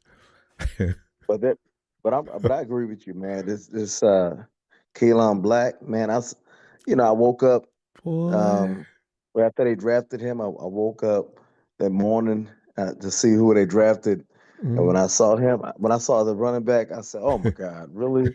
Another third round running back? Good Lord, what's going on? That Why?" worries everybody. That's a But bad luck. anyway, Every third round running back we've had is gone, except for maybe. I When know. did we get I'm Jordan like, James? Was Jordan in the third round it, too? no, he was undrafted. Oh, okay, so we're good. Yeah, but it's like I don't know. Maybe drafting a running back in the third round is code for something that only Oh, um I golly, don't know. Yeah, everybody else knows about. that's something who but it's between Shanahan and Lynch and whoever else Is in that some room. other NFL aficionado. Well, they got a I room don't full of know guys that because get together to make these picks. So it's I don't know who they are. All I just know is yeah when you see them go to the war room, you see about 4 or 5 guys. A couple of them you don't recognize. Uh, you might see some coaches, but yeah, yeah. I mean, one of the things I like about this draft is that I believe everybody that we drafted can play. I like that.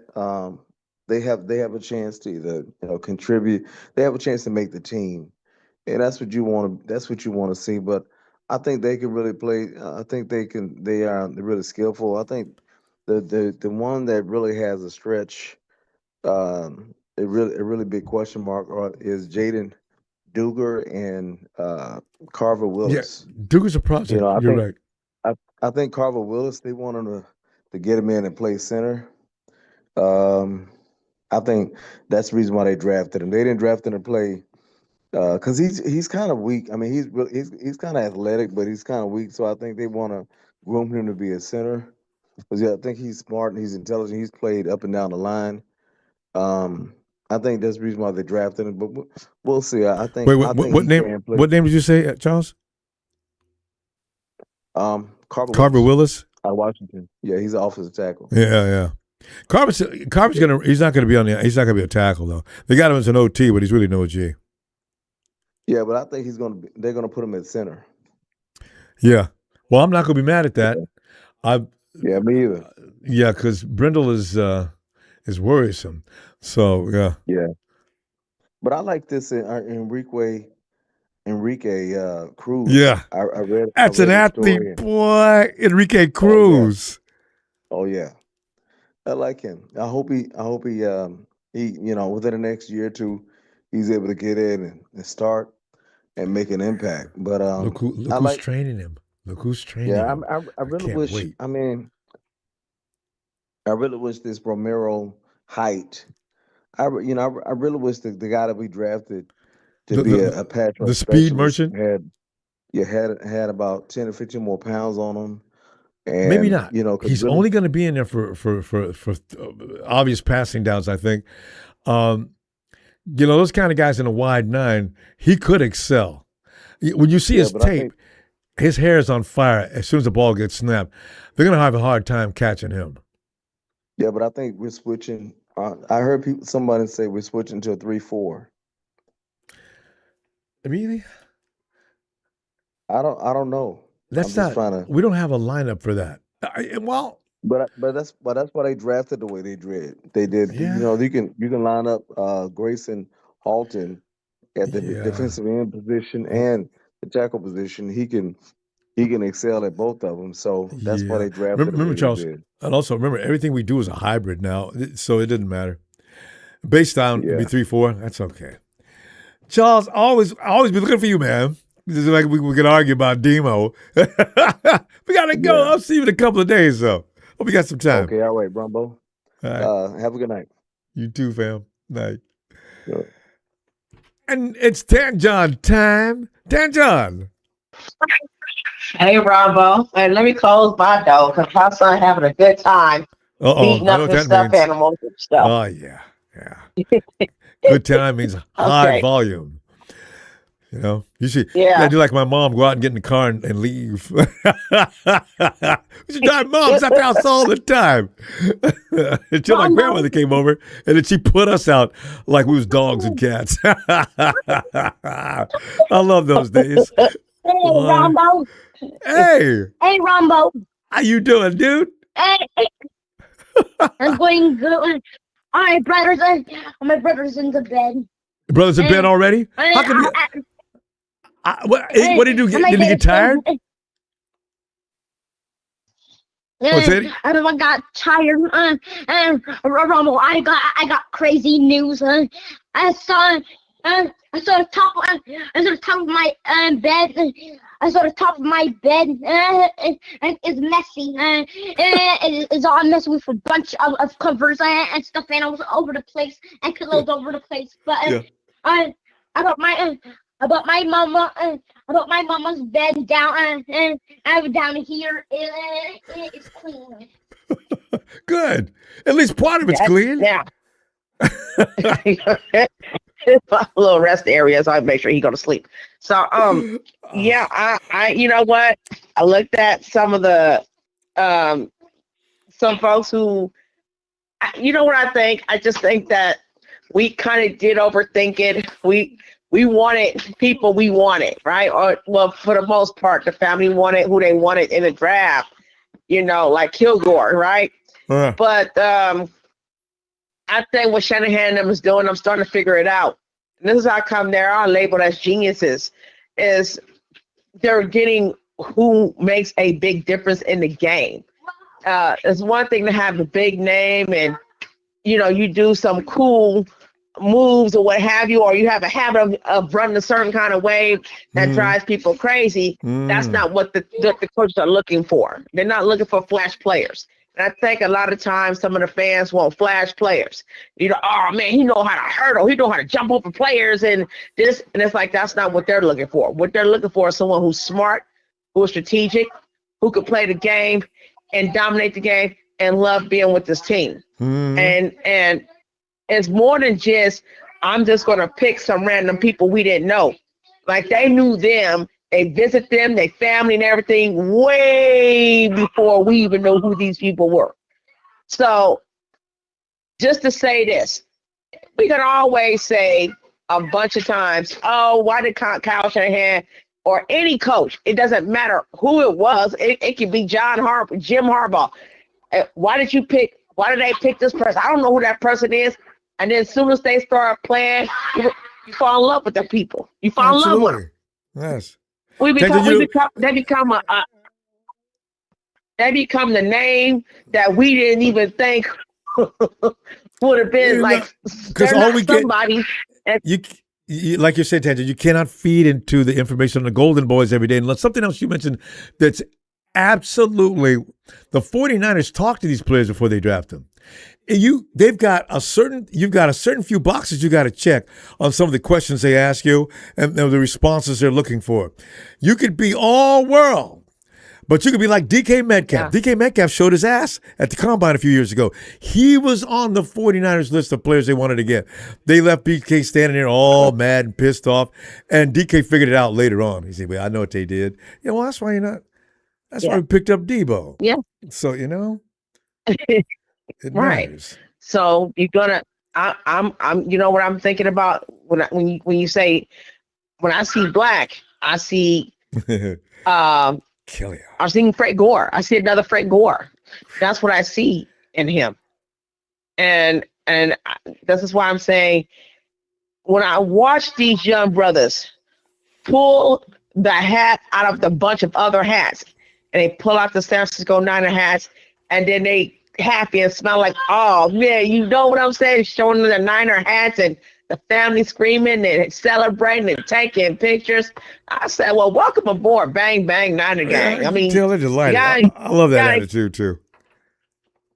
Yeah, so it's like just to sit there and watch these short clips of the Niners picking certain ones, and they're sitting home with all these different NFL hats, and the 49ers chose them. It's like, oh, that one kid, the one with all the grills, the one he got the golden braces around his teeth. Hey, he cracks me up. Is that Romello Height? What's the Romello Height? I think it is Romello. Yeah, Romello had dreams about being a 49er. This is what I'm loving 49er, about. 49er, exactly. I did not know that. He was that was his childhood favorite team. So for him to even be picked to be with the Niners, the family just had a ball. And what cracks me up, he only had 2 other hats next to the Niners, and he just smooth picked up that Niner hat got on the phone. He was smiling. He was all teeth. He was just so beside himself, like, I can't wait to play. And I said, those are the ones who would sit there. They want to play and retire a Niner. Yeah. I could just see that right now. I can't wait to see how he grabbed that quarterback coming around that corner 100 miles an hour. There's nothing more exciting than watching an edge rusher flying around that corner and untouched, dropping that quarterback down into the dirt. Oh, my God, I love that. John, we got to go. Oh, me too. Get back to that little dude. Yeah. Tell him I said goodnight, too. I know, because he going to tear up if I don't hurry up and get back to him. His birthday coming up pretty soon. His birthday's coming up on Tuesday. So I reckon you'll be on Tuesday night. Yes, be sure to bring him. Oh, yeah, because he loves Ronbo. He loves everybody on the chat. So you tell him Ronbo loves him, too. Yes. Yeah, he's doing good, So right. I'll definitely let him know. Kings of Root Rumble say he love you too, and say bang bang Niner gang. That's right. All right. Dan John, have a great night. I'll see you Tuesday. You too. All right. Bye-bye. Night. And hey, let's go get. Hey, Michael. Hey, Ronbo, what's up? Michael, there was something you said before the draft that I remember during the draft. That's what Michael said was going to happen. Did you say something that made me laugh? You did before the draft. Can you think of what that was? And it came into fruition? God. I know the Reds picked up another quarterback from Texas. The undrafted free agent after the draft was over. They picked 2 quarterbacks. What was this, like a competition of who's going to play? Yeah, drafted one number 13. Now they picked this Texas guy. Hey, wait a minute. Are you talking about the Shams? Yep. Yeah. Here's the thing. They got Richie. 2. Well, the thing, they picked up Ty Simpson. You know what? Rudy's always coming over. Yeah. Well, man, Lynch and Shanahan ought to be fired for that draft last year. And now this year they're doing worse. Rudy always says things while the Shams are screwing up while he's talking crap. And they didn't have to pick up Ty Simpson in the second round. And McVay didn't enjoy that. They could have picked up Simpson in the 3rd or 4th round. Dumbass. Oh, yeah. I'll look for see what's down for next year. You're fine with Stafford. Just look for next year's draft. Well, that's what you're delighted with. Ty's not going to be responsible for anything for 2 years. They hope. Nope. Meanwhile, Stetson Bennett Jr. versus Ty Simpson. Michael, honestly, what does their future look like? Remember we were worried about them getting Joe Burrow? Joe Burrow's not coming to L.A. No, I think he's not going to. No. He'll probably go somewhere. I don't know who'll go next. Maybe he may stay. He'll retire with the Bengals or late in his career. He from? Yeah, but Ronbo, where's he from? Louisiana? He is from the South somewhere. I do remember that. I don't know. Maybe the Saints can sign him with a big contract. You never know. If he's from that area. If you're the Bengals and you got Joe Burrow and you're the owner, I tell a GM, listen, you can do anything you want to do. I'd better not hear anything about Joe Burrow being traded, though, or you are out of here faster than you don't trade Joe Burrow. You don't get rid of Josh Allen. You don't get rid of Patrick. There's quarterbacks you don't get rid of unless we talk about it as the owner for hours. Look at Brady. Did Nikita tell you what happened earlier? Did Nikita tell you what happened in the chat earlier? What? My cat got killed by my ex. She broke into my house, and I was on the way. I come back, I found my cat dead. No, My 49er cat. My cat that I have a chair right next to my TV room where her and I watch football. Those are the kind of things I'm glad she didn't tell us. That's really so sad. Michael. She knows my weakness. You have. She knows my weakness. Yeah. Know why she did it? Because she says I pay more attention to the cat than her. I said, I paid attention to you, but you were too busy on the phone with your mom and your sisters. What do you want me to do? And you're too busy. And then I found out you were talking to some other dude behind my back. Well, she could have took the cat and just dropped it off somewhere far away. There's no need to terminate him. Yeah, but it was in my own basement, my own house, Ronbo. Why should I have it taken away from my own house? This is my place. If she was going to do something, there's no need to kill it. Oh, that's just go for me. I told her she should have just go for me.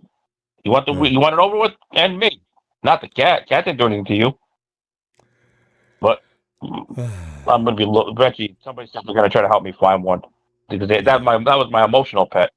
Yeah, well, I'm sorry to hear that. It's tough. When you got something that you slept with for 14 years, and she was looking good, you sleep with her for 14. Right. Yeah, but she looked good. Well, she looked good. Always watched football with me on my lap. Always sat on my lap watching football.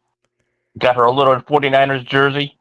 The cats, they had a PetSmart, a little Niners jersey. That's good. That's it. She's going to be buried with it. Absolutely adorable. Well, she's still going to be with you, Michael, in spirit. You know that. So, she may kill the cat, but not the. I told we'll win the Super Bowl for you, love, and the deal will be because of you. Yeah, no, she slept with me. Imagine, Ronbo, you had somebody that you slept with for 14 years, and this happened. All of a sudden, gone. Especially in that fashion. Gone. That's like off to the wind. I cannot sleep. Nikita knows I'm most tripped up. She knows I'm going to end up, seeing therapy too. I have to because I'm going to end up, losing it. Well, but the draft. But anyway, but the draft. Now, which grade did you give the draft, Ronbo? I agree with everybody else. I give a B plus. Congratulations, Ellis. Congratulations, Nikita says your son is playing for the Jaguars. I think he'll probably make it. That's a good team to be. That's good, man. I'm glad he's with the Jaguars. Who is that? Ellis' stepson is playing for the Jaguars. He signed with the Jaguars. Oh! We haven't talked to Ellis yet. I didn't know about that. So the Jags. All right. Good. Yep. Money Mike Jones put it in the chat. All right. I guess because somebody else said it too. Yeah, it was two people. Yeah. No, congratulations now. Now we can watch for him during the games. Yeah, all right. Yeah, I'm glad he's on it. At least he didn't go to no Cowboys or Rams. That's good. I can deal with Jaguars. No, but that's okay. Maybe he'll make funny. Cowboys and Shams, absolutely no. I don't have any feeling about the Hawks one way or the other anymore, due to the diplomacy. Yeah, remember I said the 49ers are going to pick up a punter? We got a Texas punter. Oh, that's what made me laugh. We got another punter from Australia. Yeah, that's what it was. I said, Mike, we're not getting another punter. Yeah, but you know what? It's competition. You need competition, like we makes a guy work harder. I fully agree. What is how good this guy is. Only one that knows how good it is anybody who's from Texas. Anybody who follows Texas football would know how good he is. Yeah, but he's an Aussie kicker. He's automatically going to have a bit of an edge. Quarterback is, guys. Who? I know how good the Texas quarterback that the Rams picked up. How good is he? Who's better, him or the Alabama guy? Compare it. Are you talking about kickers? No, quarterbacks. I told them somebody should compare the Rams, Alabama quarterback, and their Texas quarterback. Who's better? Well, and who's the Texas quarterback? Yeah, who's the quarterback for Texas? Does anybody know?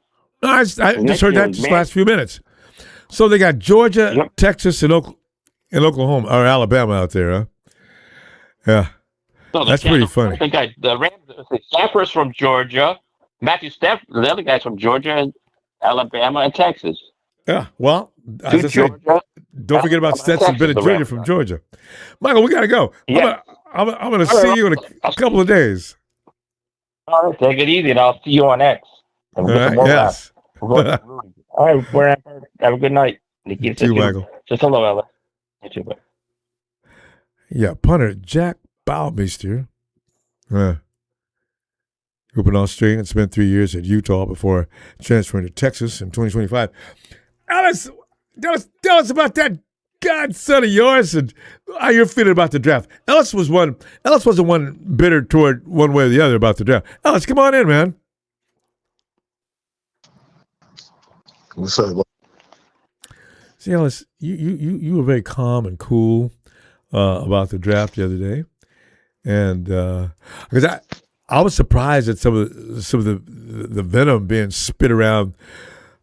Some people are livid behind that draft, all behind. And I said, y'all talk about Caleb Black.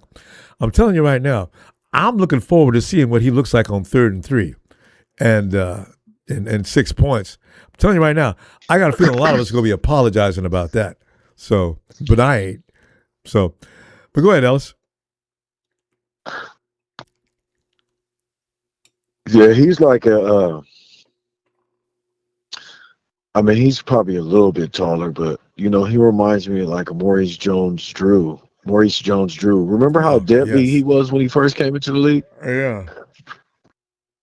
Yeah, Maurice Guys Jones-Drew with that kind of quickness is just scary. Yeah, but you know what? Maurice Jones-Drew was quicker than Kalon Black is. Can you imagine? But Kalon Black, but that's what I'm picturing. I'm pretty sure that his speed will be a lot better. He runs. His run style is funny. If you watch him when he breaks downfield, or you watch his feet, it reminds you of how the kids used to run when they was real young. Yeah. You know what I'm saying? When you're trying to get away from somebody, how your feet go. I don't know. If you know, you know. But I've been telling people. I really like. I watch his feet. Yeah. Yeah. Damn. It's that old school when kids are trying to break away from each other. But man, look, he's gonna be a sleeper. He's gonna be a sleeper. Pick wise. He was drafted 2 rounds too early. I can agree to that. And they reached for the majority, everybody that they got. You know what I'm saying? Only thing you can't reach for is the undrafted free agents. Yep. Pretty much, because they're not a part of the draft. So what safety, Ellis? From your opinion, what safety? Everybody's whining and crying. We could have picked up a safety in that round. It wasn't necessary to pick up no Caleb Black. We could have picked him up in the 5th round. Okay, what safety were you looking at? Because I remember the wide receiver we were talking about. What's his name? Micah. Wow. Which we one? did miss out on one wide receiver that we picked up Stroud as dribbling instead, but everybody wanted that other wide receiver. I forgot his name, but yeah, Denzel Boston. No, before Denzel Boston from Washington. Was it lemon? Was his last name? It was something citrusy. No, it was. I don't know why the hell I can't remember his name right now. I know, right? What's the one from Texas A&M? The one from Texas A&M. He has that last name, Conception. KC Concepcion. Yeah. I'm not really too bothered by it. You know what's crazy is the Browns ended up getting Denzel Boston and KC Concepcion, so they cleaned up. The Browns cleaned up. A few of these NFL teams cleaned up in the draft, but they want to show Shador can do it. Who? Say what? Shador. I said they want to show that Shador can do it. Shador. You know what, Ellis? Oh yeah. This goes to what I was saying. Well, earlier. he's got weapons now. Go ahead. No, this is public insistence on these players. KC is supposed to be all that, and who's the other kid they picked up? Anyway, these guys are marquee picks. Now, if they don't pan out, nobody says anything. But if you get a kid that wasn't part of the Golden Boy Club, then people get mad. I'll wait. We'll see. Yeah. I mean, they did what they did last year. They're getting players. Hopefully, this is a philosophy change, because as many years that Kyle's been drafting players, or they've been drafting players and not using them, maybe they figure, shit, we got to start playing these players and get what we can get out of them while they're here. Because before you know it, you know what I mean? It's like, shit, it's time to extend them, and they haven't even really played, and all we're going off of is 1 year of them either playing well or not playing well. I mean, it just, you get the most that you can out of each player because that's what you drafted them for. So hopefully, that's why these players were drafted, between the ages of them. Everybody's talking about, Kalon being 25 and Romello being 25. And, that's going to start happening more now because these players are going to be staying in college because they got the NIL and they're making so much money in the NIL that they're not. There's no real, incentive to try to hurry to get to the draft just yet. You know what I mean? Let me try to milk the cow. So anyway, more polished. That's basic economics. Yep. But it's going to be all right, man. That I will say this: that offensive lineman from Kansas who played, everybody's talking about him, Dominic Pooney, was a steal. He looks really good. He's super athletic. He tested so high. I expect for him, honestly, to be a starter and, be sniffing up McKivit's ass. So McKivit's better tread lightly, because I think he's only got one more year maybe on his contract extension, if I'm not mistaken. McKivit's contract so they can move off of McKivit's. Yeah, so I really like him though, man. And there's a couple of other gems that was in there too that I'm okay with, man. Yeah. It is what it is, you know what I'm saying? We only had 6 picks, so they could have made some better decisions, whatever. But, let's move forward and we're gonna be all right. Hey, remember, Ellis, they didn't. The 49ers plan B was all, and with the 49ers, plan B is always in action. They saw something they wanted earlier, but it was already taken. I always want to know who was it that you guys wanted that you had to fall back on plan B. Man, I wish I knew. So, yeah.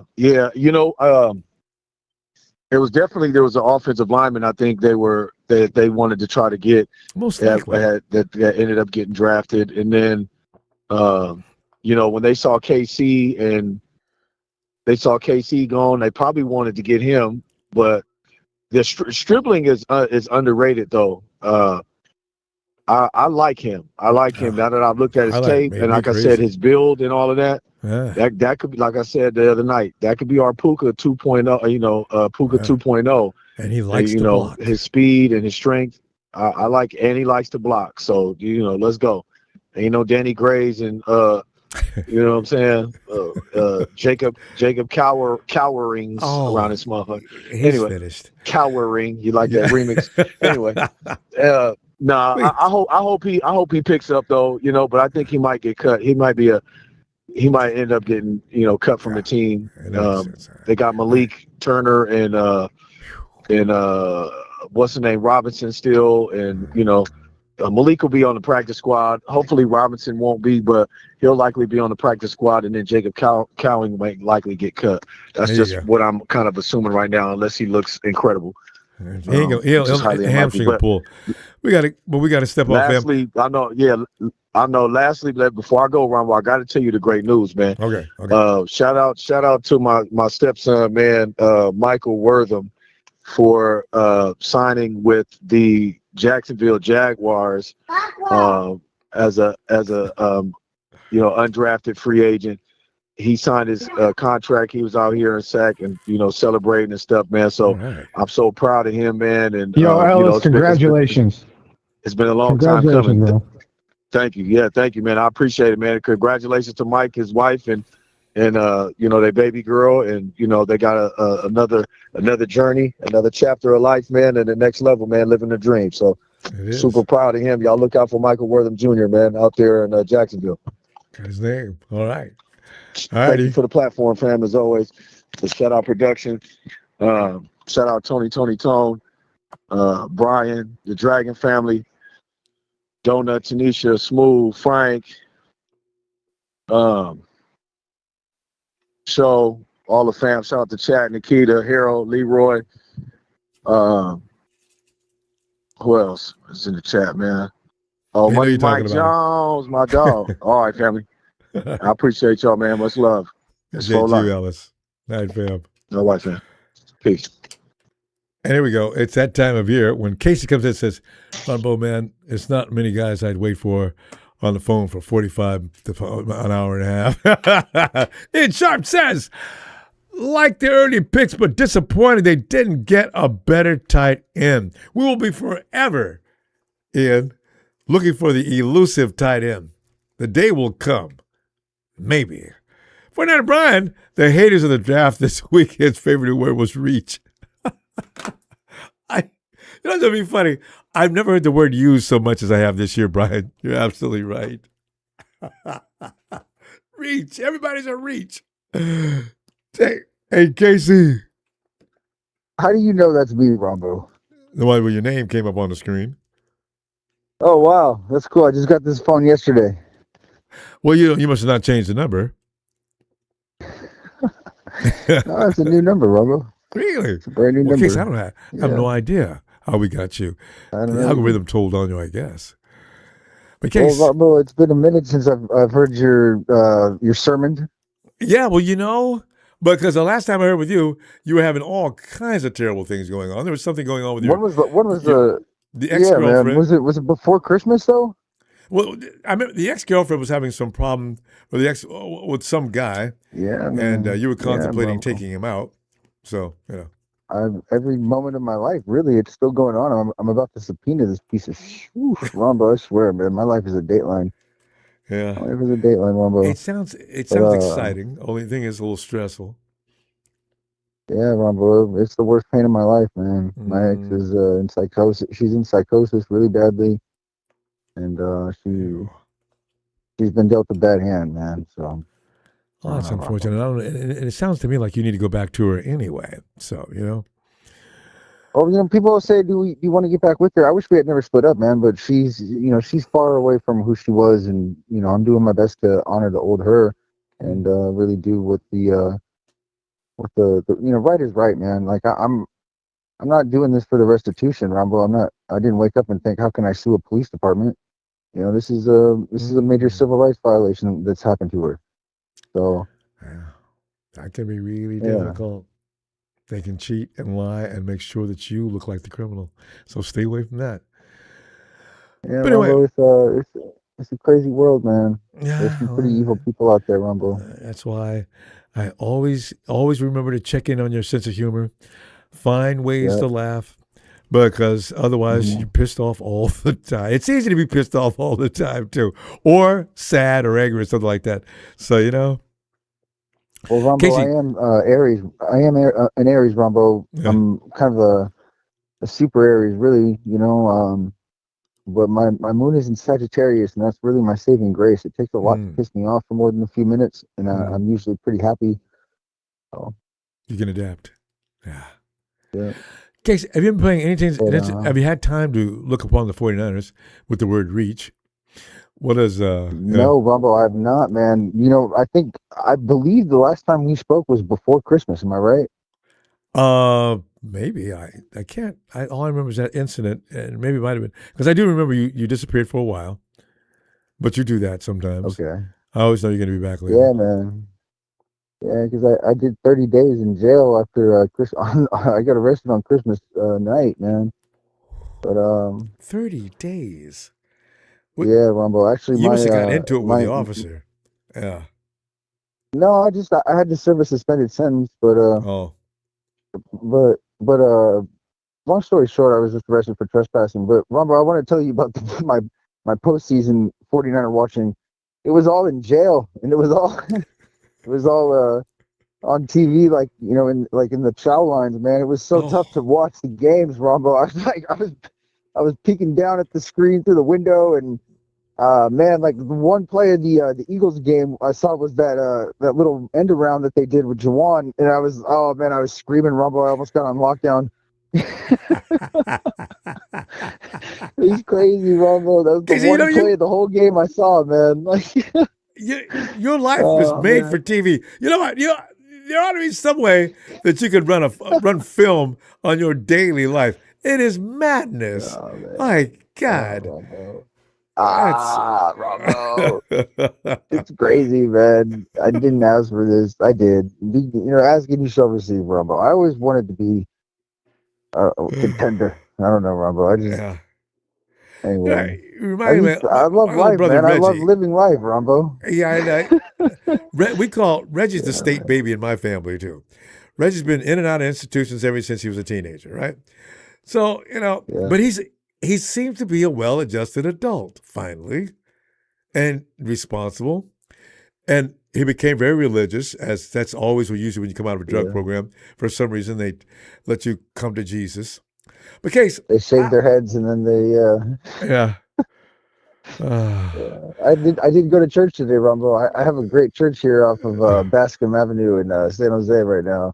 Okay. And it's like 90. Yeah, it's like 90% Nigerian, Ronbo. Everybody's beautiful. Their family just got these bright dresses on and stuff. Man, it's so wonderful, man.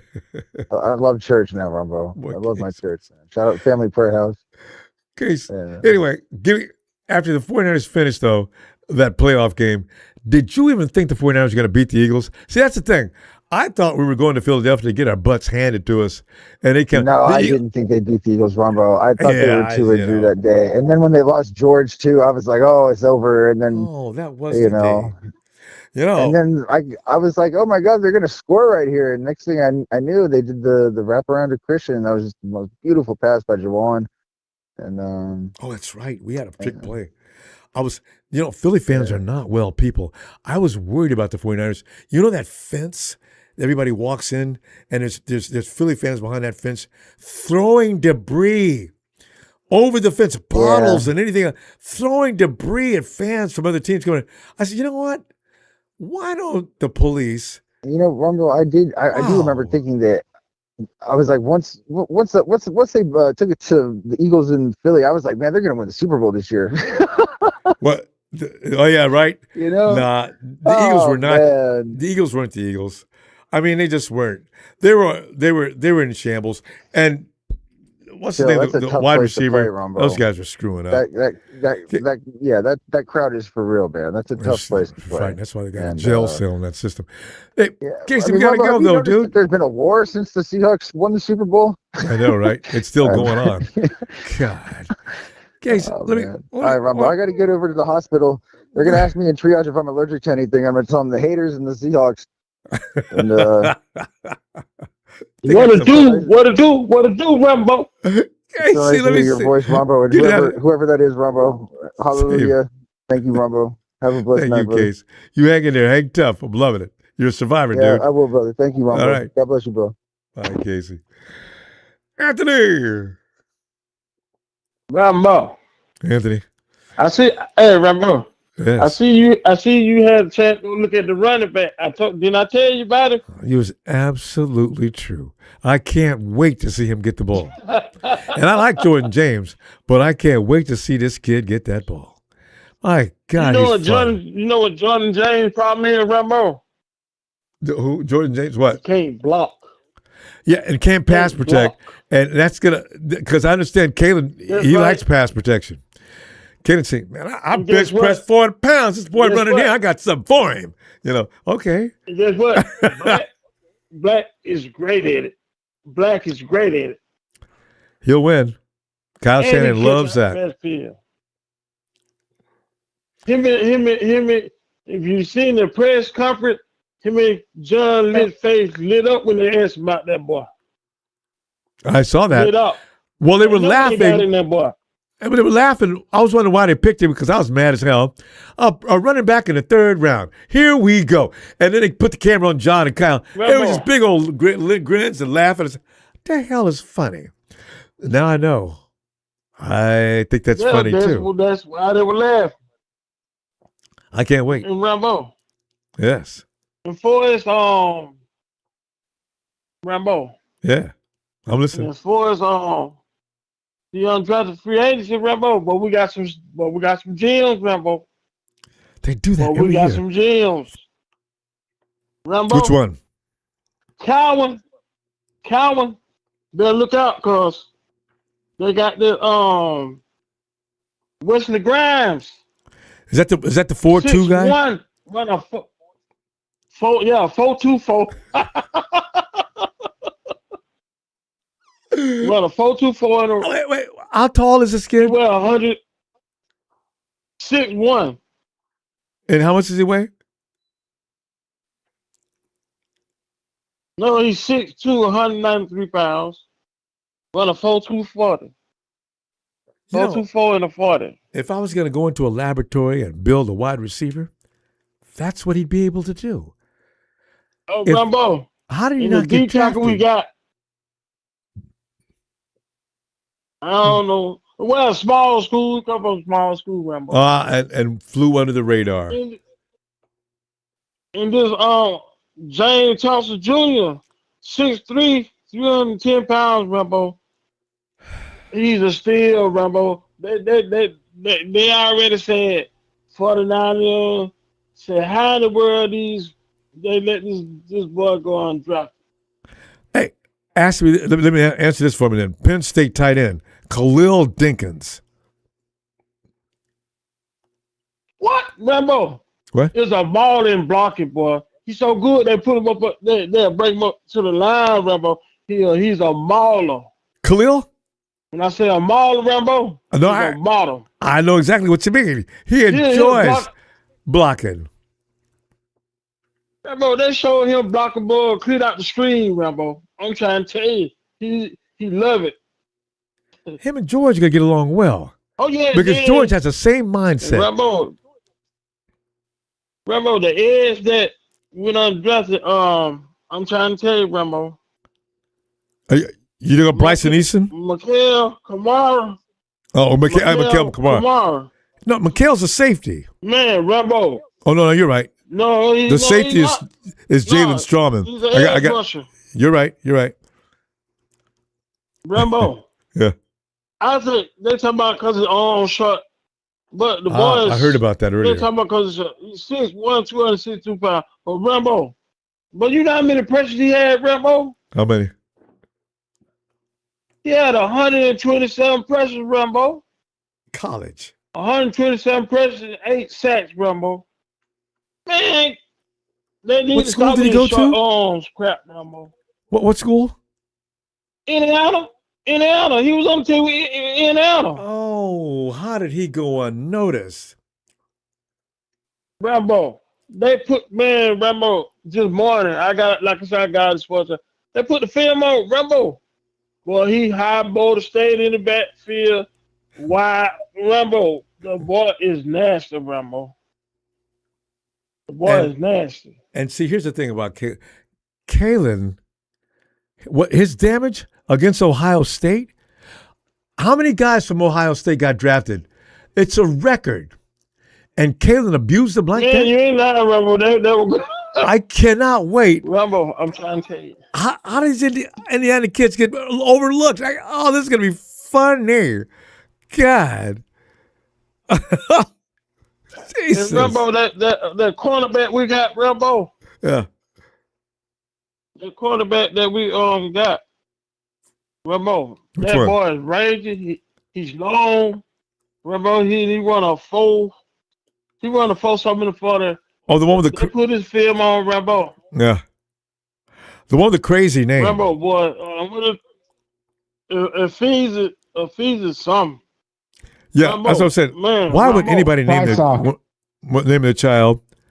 He came out across the Rambo. Yeah. The cornerback, wide receiver had a blue pad, the cornerback, a deep ball.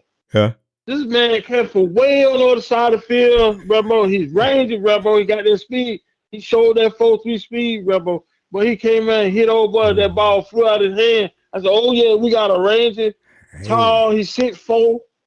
Rambo running 4.3. Yeah, you know, when you got to run hard. But we finally got a ranger.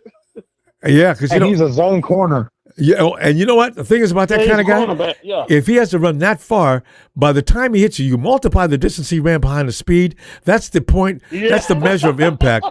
Dude, of course he gave that ball up. He must have thought a truck hit him. You know, Anthony, we got to go, though, fam. Ephesians. I can't wait. Yeah, Ephesians, yeah. I'll see you in a couple of days. He's tough, Rambo. Sounds like it. All right, Rambo. Appreciate it. Appreciate you, fam. Good night, Anthony. I'm going to tell you who they were after and why they traded down. Bill, we're getting a lot of love because the anger after the draft is pretty funny, but we're getting a lot of things are getting cleared up here today. Go ahead, Bill. What were we going to say? KC Concepcion was the guy they were after. I heard about him, but see, there's another guy too. Yeah, they were after KC Concepcion. That's the I can main believe dude they that. were in love with.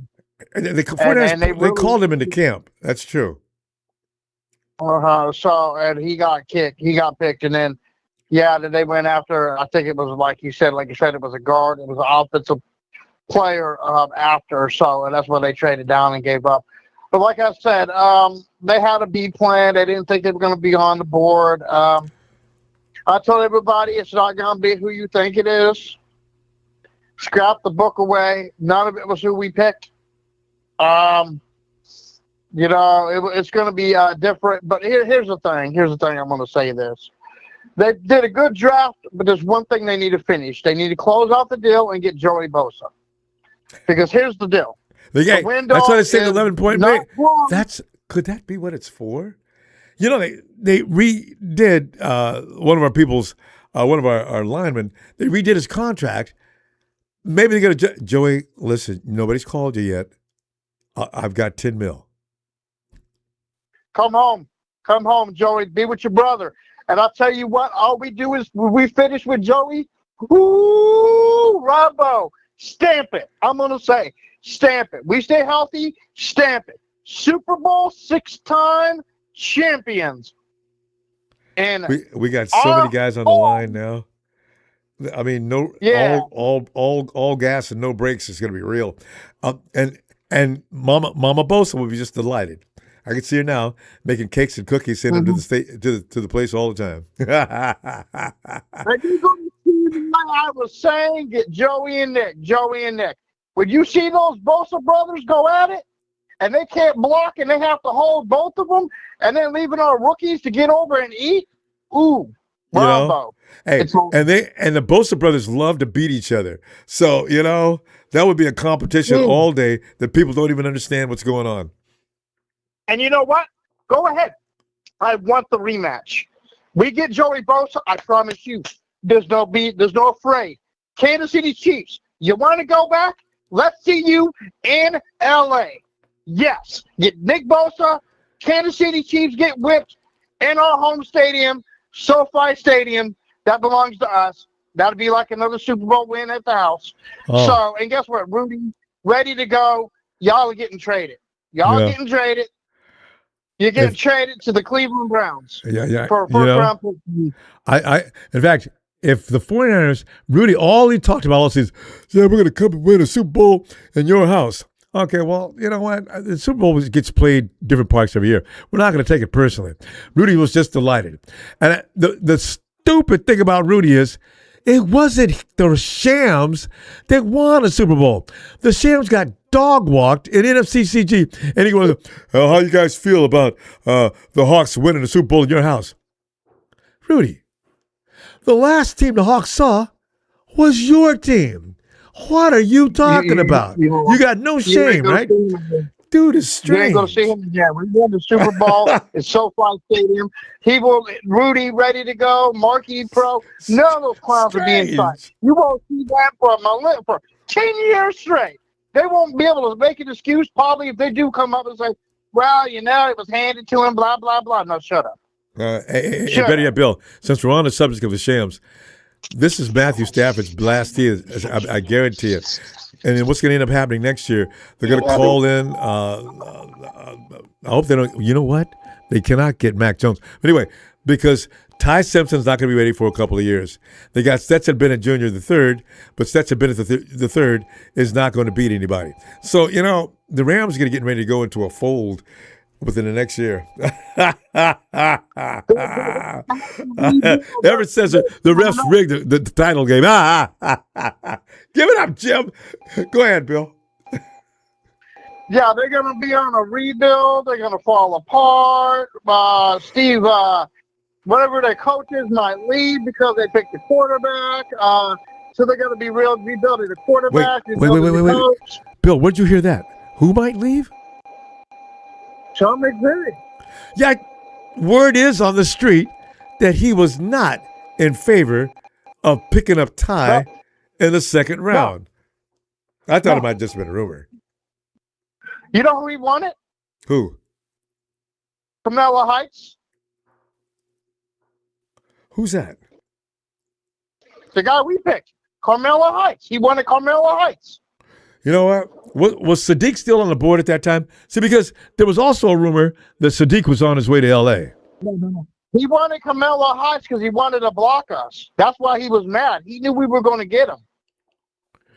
McVay needs to take some acting lessons in L.A. He was standing on Norm Steeds laying praises on Ty Simpson, and McVay was just sitting there. His whole body was tight, and he was just giving those short answers. Hey, yo, Rudy, I asked you that question on Twitch. You never answered it. Bill, we got to go. It's getting late. Let me... And I gave you a 49er shout out. Can do.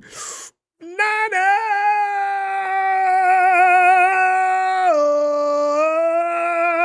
McBill. Before I go, this is important. I need to know how I can go on your stream on video chat for when I bring in Trent Williams because he's a Niner and I know his dad personally. Listen, send me a note on email. Let me know when you got that plan. We'll set it up. Yeah, I want the whole fam to enjoy a treat, and I'm going to see if I can get in Kittle over with him. So I'm going to do some talking. All right, looking forward to it. All right. Give me a shout out and enjoy. Be excited. Yes. Stop crying. Exactly. Niner! Big Bill. All right, fam. Sit. Oh, my God. Oh, this is special. This, and it's not the Ram that we enjoy, which is, of course, Marketing Pro. It's Rudy Tootie. Rudy, I can't imagine what you're doing on the phone. Yeah, I heard about your... I still can't believe...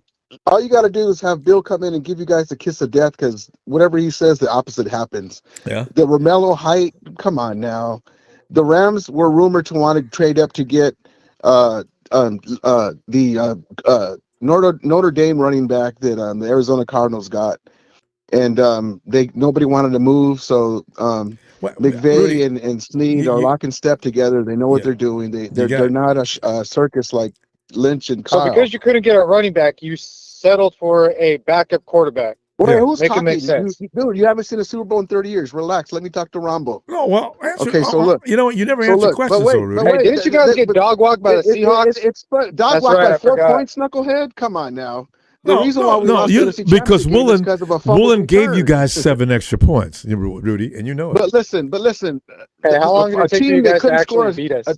A team that couldn't score a freaking touchdown against the Seahawks needs to just relax and you roll third place. Let's put everything in perspective. Let's put everything in perspective. How many of our offensive people were missing, Rudy? You know, when you talk like that, it makes me think that you're doing that, thinking that nobody knows the truth. Stop lying and exaggerating things that don't require it.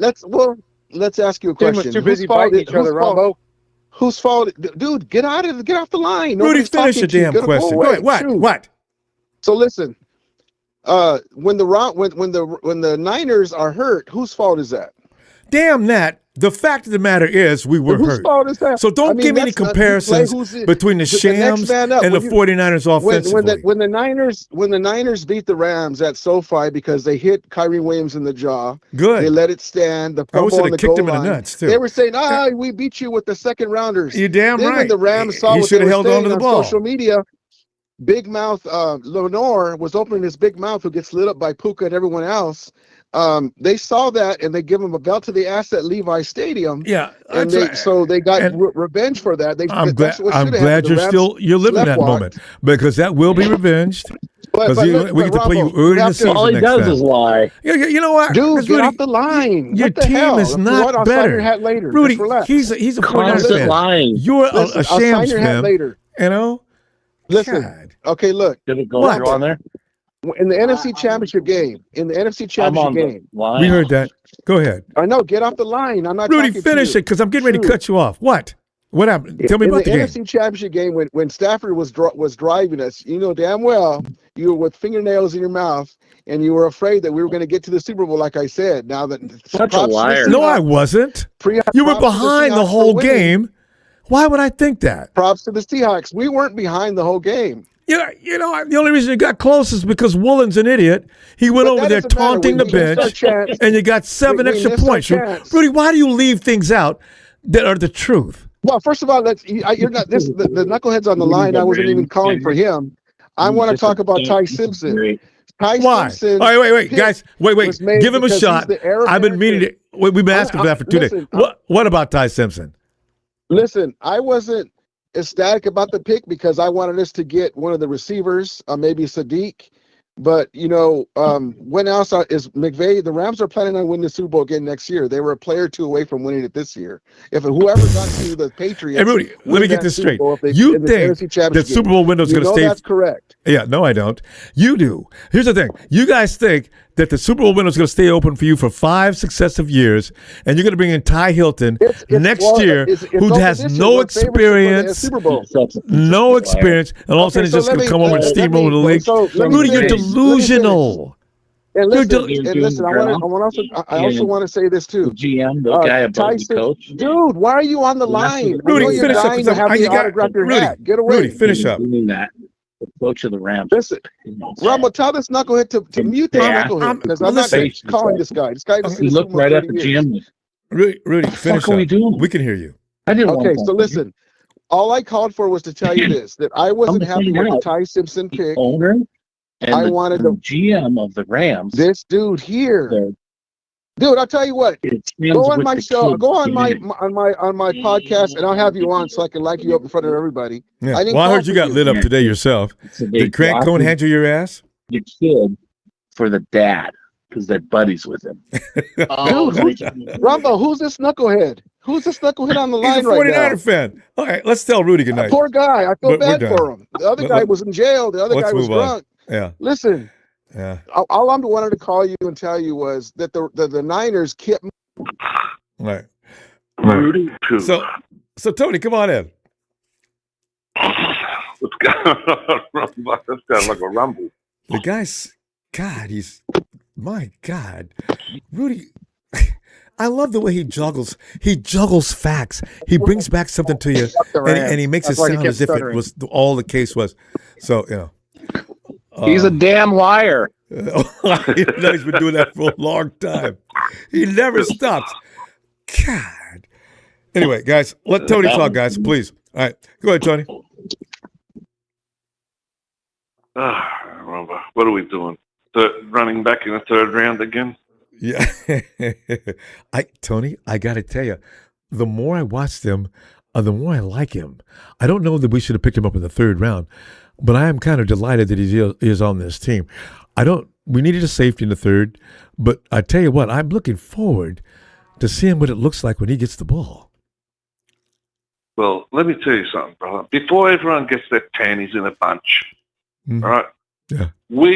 Let's see how long it takes these dudes to hit the field. I mean, give them 2 years. You know what I mean? And there is that. Because that's how we do at the 49ers. You know what I mean? Well, yeah. And the thing is, I heard Lynch say, well, we don't really have any needs, so we're just going to be picking for fun. You know, like, kind of. What did you say, brother? You don't have any needs? No needs, really? All right. So safety still is a problem. If anybody out there thinks that we don't have any needs, maybe you should go and rewatch the 49ers versus the Seahawks game, and watch your quarterback running for his life the whole game, and then tell me that you go out there on national TV and say, well, we don't really have any needs. Are these people morons or what? Yeah, Tony, we picked up a nice crop. That one kid from offensive lineman, he's going to be special. I don't know. We're going to see. He's just a tremendous athlete with not a lot of experience, but that's going to change. So we're going to see. He's a tackle. Which one? Enrique Cruz. Enrique. Yeah, I'm looking forward to seeing what he can do. So, but then again, see, the other thing is what we do, all right, is we're looking at this guy at that position, right? And he's the other bullshit scenario that the 49ers do. We draft people and then we expect them to play a different position that the dude has been playing all his fucking life. All right? I think he plays up and down the line, though. He's just tackle is what he does, but he's that kind of an athlete where you can put him anywhere on the line. We'll draft the tackle and then expect him to play guard. Yeah. Well, he likes it. You're talking about the guy Carver. Yeah, Carver he doesn't want to play outside. He just did because he had to. So, I mean, and then you got Chris Forrester. Are these guys going to make the field this year, next year? I mean, Mr. Magic Man still can't make it work. How many goddamn years? Come on, man. They really do. I mean, I like the rest of it. I'm excited. Don't get me wrong. I'm excited to see these guys play. The running backs, the receivers, and all the dudes that we chose. Mm-hmm. But to come out and say that we really don't have any needs, all right, and then go and watch the Seahawks and Niners game and watch Purdy running for his life. That was I don't know. I think if you come out and say that, Tony, you know what? You need some therapy. That could happen again. I don't. One thing I've learned not to do. You can't trust we could have an arsenal that looks like it could take down any army on the planet, and then come week 6, well, they got this guy out and this guy out, and last week they lost 2 more. Nick Bosa's got another. This year he's got a shoulder cell. I said, are we playing harder and more violent than any team in the league? How in the world are all our guys stretched out in the hospital wards? So I don't know. I just don't know what's going to happen. I don't know either. But we prop these guys up. We come into camp and we prop. Oh, this guy's the best player in camp. He's been killing it. Everything. Blah blah. Never sees the field. Yeah. All right, like that dude they were calling the Hulk last year. In camp, he's pushing dudes around. You got to see this dude. Never sees the field. Tony, he was so good last year in camp that Kyle actually gave him a bunch of extra money at the end of the season. It's really, when I heard about that, I laughed. I said, well, then why didn't you put him on the field? We were hurting for people anyway, instead of gross mottos. Exactly. I don't get it, man. I don't know. But, look, I'm excited, like I said, to see these guys play, but I'm not hedging my bets, Ronbo, put it that way, you know what I mean? No, I know what happens year in, year out. And I just hope this could be different as far as bodies are missing on the field. So guys like Rudy can't come and say, oh, what happened, you guys? What happened to the next man up? Oh, what the? Okay, you know what? Let's not talk about Rudy. Tony, we got to go. Rudy. Let me see in a couple of days, huh? Shout out to Ellis Big Show, Papa Dragon, 49er Brian, resident bastard. Smooth operator. The rest of the crew, and catch you on the next one, bro. Looking forward to it, Tony. Thanks for getting in here today, too. All right. What's up, brother? All right. Cheers. Hey, yo, JT.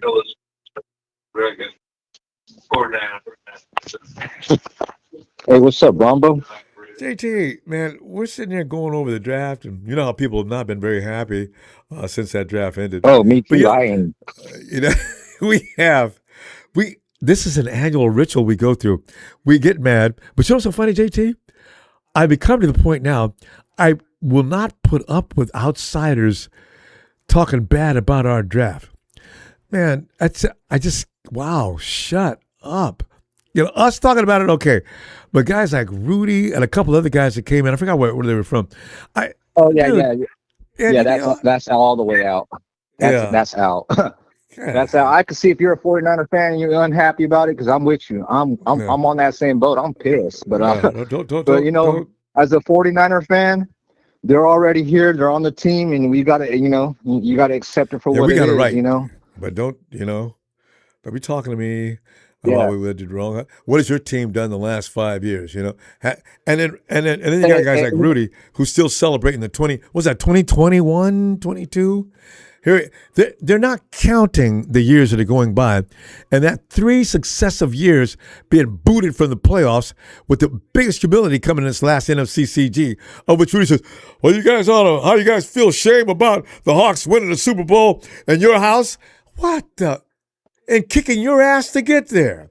How many Super Bowls have the Rams won, though? That's my best part. Rudy doesn't count. He just counts since 94 or 90, whatever year. That's 98, 99. That's when the Super Bowls counted. You don't count any Super Bowls before that. That's more BS. You know? Yeah. God. Yeah. Anyway, JT, go ahead, man. What are you going to say about the Super Bowl? I mean, about the draft. Oh shit, Ronbo. Fuck. I wish we could get rid of John Lynch, or if we can't get rid of him, we could promote him to as president, or of operations. Get him another position. I've already had it with John Lynch. Because I'm glad Grant Kong called him out on his shit, because you know what? I wish there was more people like Grant Kong that would call him out on his shit. You know what I'm saying? Because I'm pissed. And he deserves it. He deserves that shit. He deserves to be called out. Because if I was there and if I was in Grant's position, I would have called him out on his shit too, and I wouldn't give a fuck. I'm sorry, excuse my language, but it's okay, because this is been ongoing. There's some other couple of things that we've seen during games that we wish somebody could get Kyle to answer the question too. So they're going to do what they do, and they don't really care if we don't like it or not. I do, though. JT, one thing I do believe in, though, and I just got my eyes open to it, you got to be careful about public consensus about who the best players are. You need to go and take a look at that player yourself and draw your own conclusion. And hopefully you have the wherewithal to make that kind of judgment call, because there's a lot of guys going in the first round that shouldn't be in the first round, and they prove that a few months later into the season. So you got to be careful with that as well. No, you're right. You're absolutely right, and that's why I did some more of my research, to try to look at it their way. And even though we made some reaches for some particular players, the players that they picked up. Don't get me wrong, I like the players, except for maybe the tackle. I like Cruz probably better than Willis. I'm not too fond of the Willis pick. Because they could have went Pregnon, they could have went Basante. They could have, Pregnon has got everybody pissed off. They really could have. I'm hot about that. I'm a little hot, and I'm also hot over the fact that Jalen Kilgore was right there for ever, and it was right there, waving at him, and they still wouldn't put. Yeah, I was hot, but nonetheless, I still did my homework, and I am excited about some of the players that they did drafted, because they do got some upside. And I'm gonna go ahead and speak on Deshaun Stribling.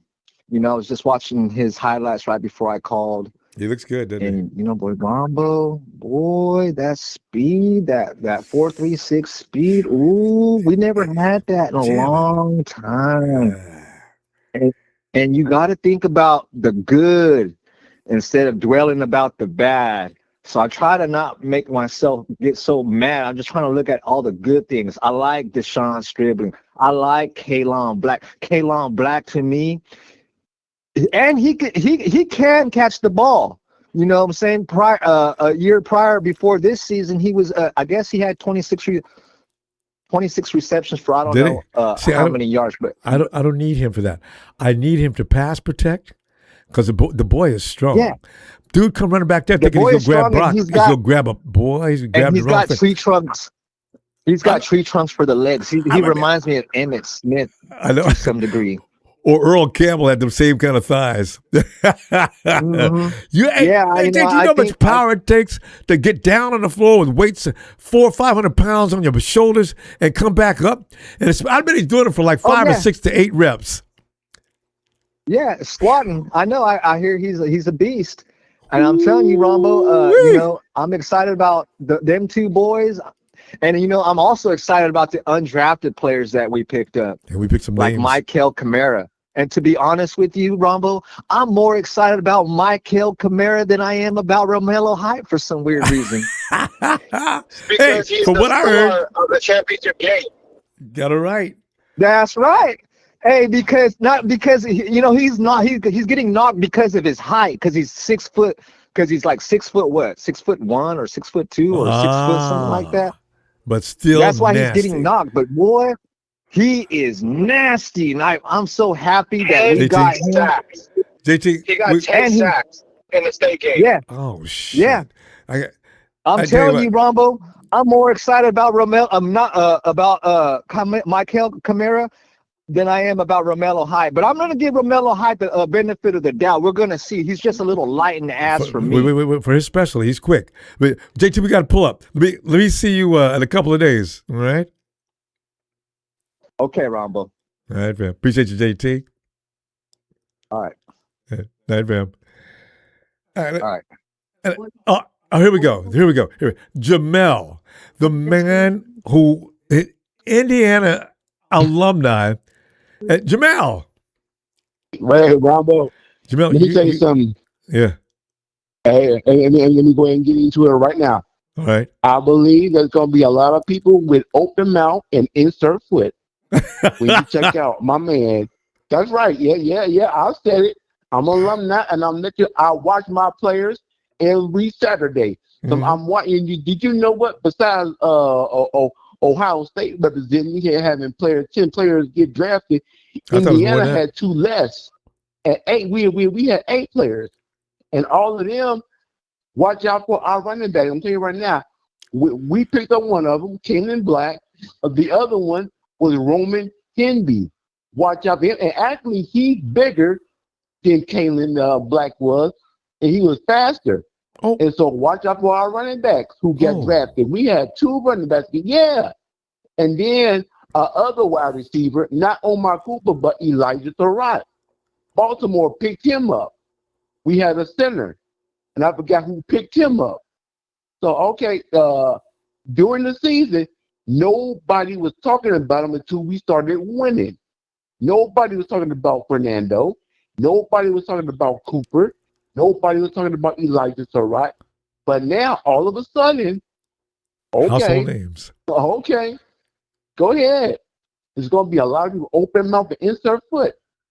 Everybody having a fit the other day. But nobody was paying attention. I watch my boys, and I know what they can do. So I'm like, okay. Okay, well, you know what? I made a mistake because when I first saw a 3rd-round pick, Caleb, a running back in the 3rd round, what in the hell are we doing? Then later on, I found out that kid's from Indiana. What? Wait, what? Yeah, dude, like benches 400, squats 500. What? I'm telling you, man. Okay. Yes, sir. And then I watched his footage. Oh, now I understand. Okay. Get him in here. Put that red shirt on him, and let's go. I want to see him on a 3rd down situation. 4th quarter. Oh, yeah. And we got CMC's. I said, oh. Yeah. CMC's already got up over 100-something yards. He's worn out. For some reason, Jordan James is like not getting it done. He's been stopped all day. Every time we've seen Caleb go in, it was a 5-6 yard run. Okay, Kyle, you got one option. Take it. Let him run behind Trent. Let him run behind Pooney. Give him the cut. Oh. And he zips in with that 1-step cut gone. And if you do grab him, all you do is grab Payne. I want to see him do it. Because I know he's one of them guys. Touchdown Niners. We win that one. Ronbo, I'm going to tell you, man, all the players that got drafted and who didn't, as a matter of fact, we got a tight end that's coming back. And the one who made that awesome catch against Penn State, Charlie Becker, he's coming back for his junior year. So I'm like, watch out for him next year. Wait a minute. And Did we pick with up the a tight end draft class, from the players we got coming in, I said, oh, snap. Yeah, man. So we finally, and all those players who got drafted, none of them were 4 or 5 stars. None of them. That's Not amazing. Cooper. Yeah, they were like 4 to 3 star players get drafted. Tell us about defensive lineman Brian Eason. Oh man, say like I said, workhorse. And that just reminds me, we have our linebacker, Kaden Fisher. He got picked up too, and I forgot who picked him up. But outside of that, with the players who got drafted that represented the Hooters. So you got some Amazing. workhorses. Yeah, you guys got a lot of talents coming in to keep up the force this year. Yeah, because you guys lost a lot of guys. I do, and you know what? We have a 5-star quarterback coming from TCU. We got a 4-star coming from I forget what school, but his name is Nick Watkins or something like that. Nick Watkins or something like that. See, this is what From happens. Tulane, I think.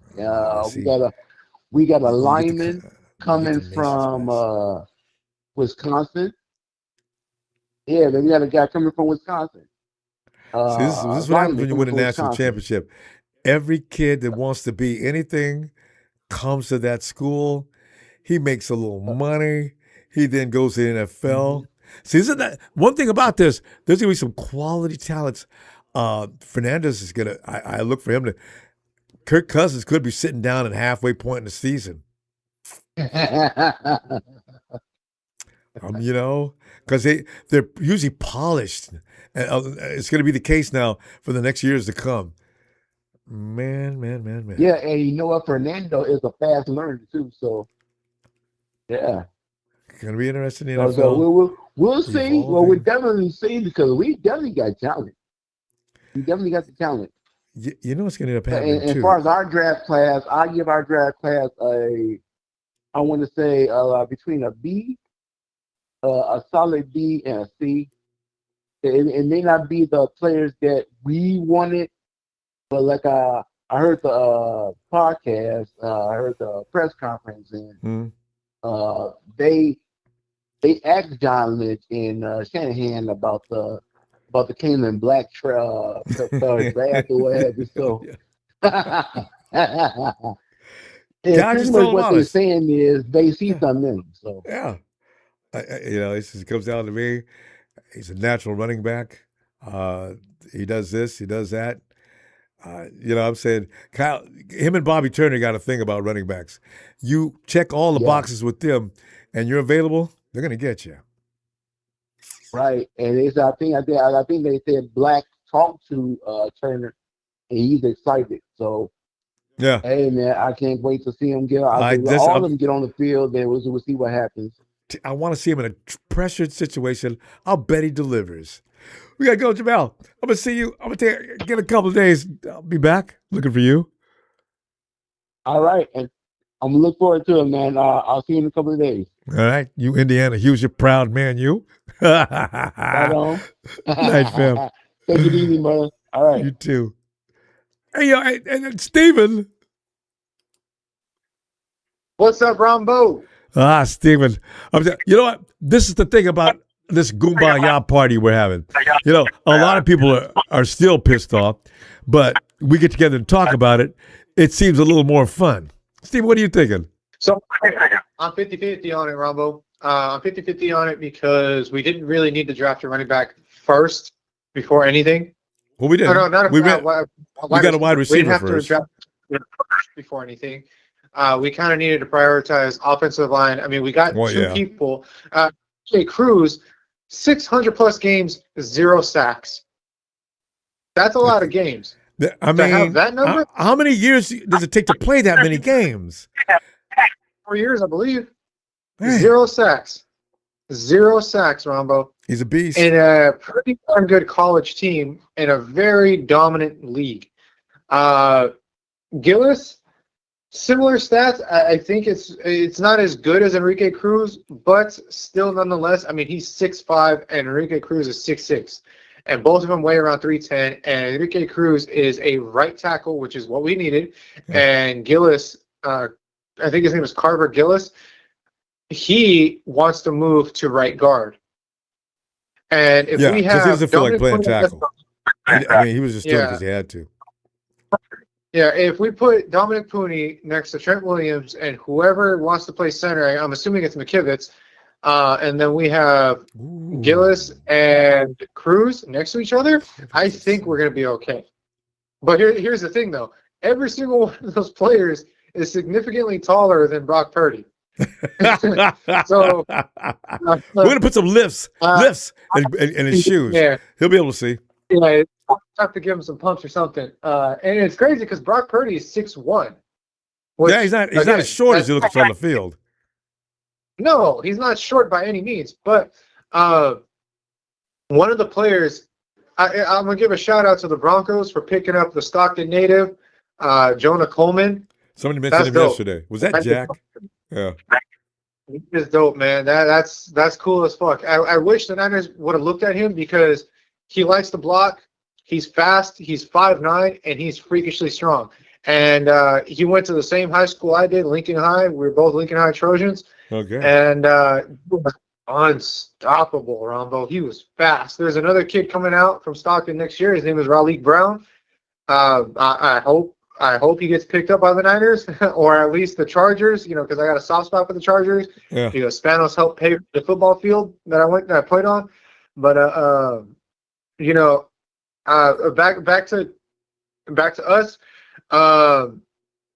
Picking up that linebacker, I'm not really sold on that one. That's one that I was kind of like, whatever. But a lot of the talent, Ronbo, is in the undrafted. If you look at who we picked up in the undrafted, man, these guys are coming in hot with a chip on their shoulder, and it's going to be nasty. It is going to be nasty.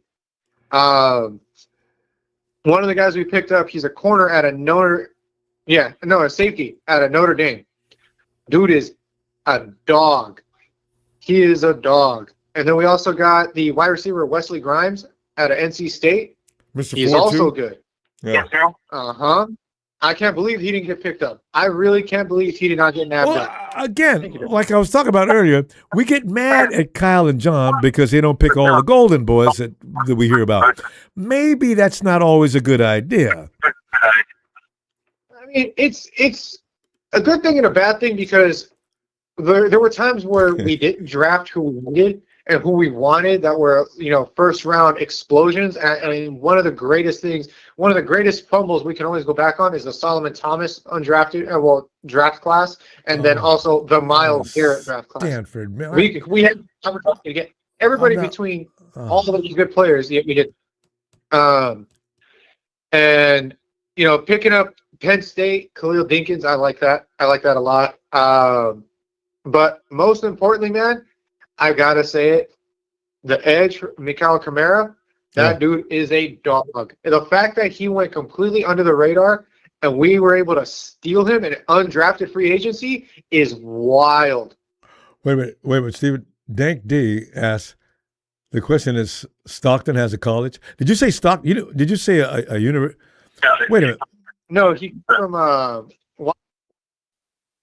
came from Washington. Okay. You went to wait, you're not from Stockton, are you? California. I mean, yes, we do have a college. It used to have a football team, but not no more. It used to be where the 49ers used to have their OTAs at UOP. Yeah, UOP's in Stockton. That's what I remembered. They were in the same conference as Hayward. Far Eastern Conference. Yeah. So yeah. But yeah, man. I mean, overall, looking at Jacob Cowing and Danny Gray, one of them is getting bumped out. Jordan James, from what I understood, from what I heard, is the reason why he's doing too well is because he's not good at reading assignment. No, Danny Gray's been gone for years. Steven, is that a feedback you got? A speaker open? Yeah. Anyway, Danny Gray's been gone for a long time. He's that guy you let him run 4 years and say goodbye. That's a shame. What a waste of his time and ours. Cowan it is fast. Oh, he was fast. But I'm hoping Stribling. So looking at his highlights, he played against some good corners. I'm not going to say when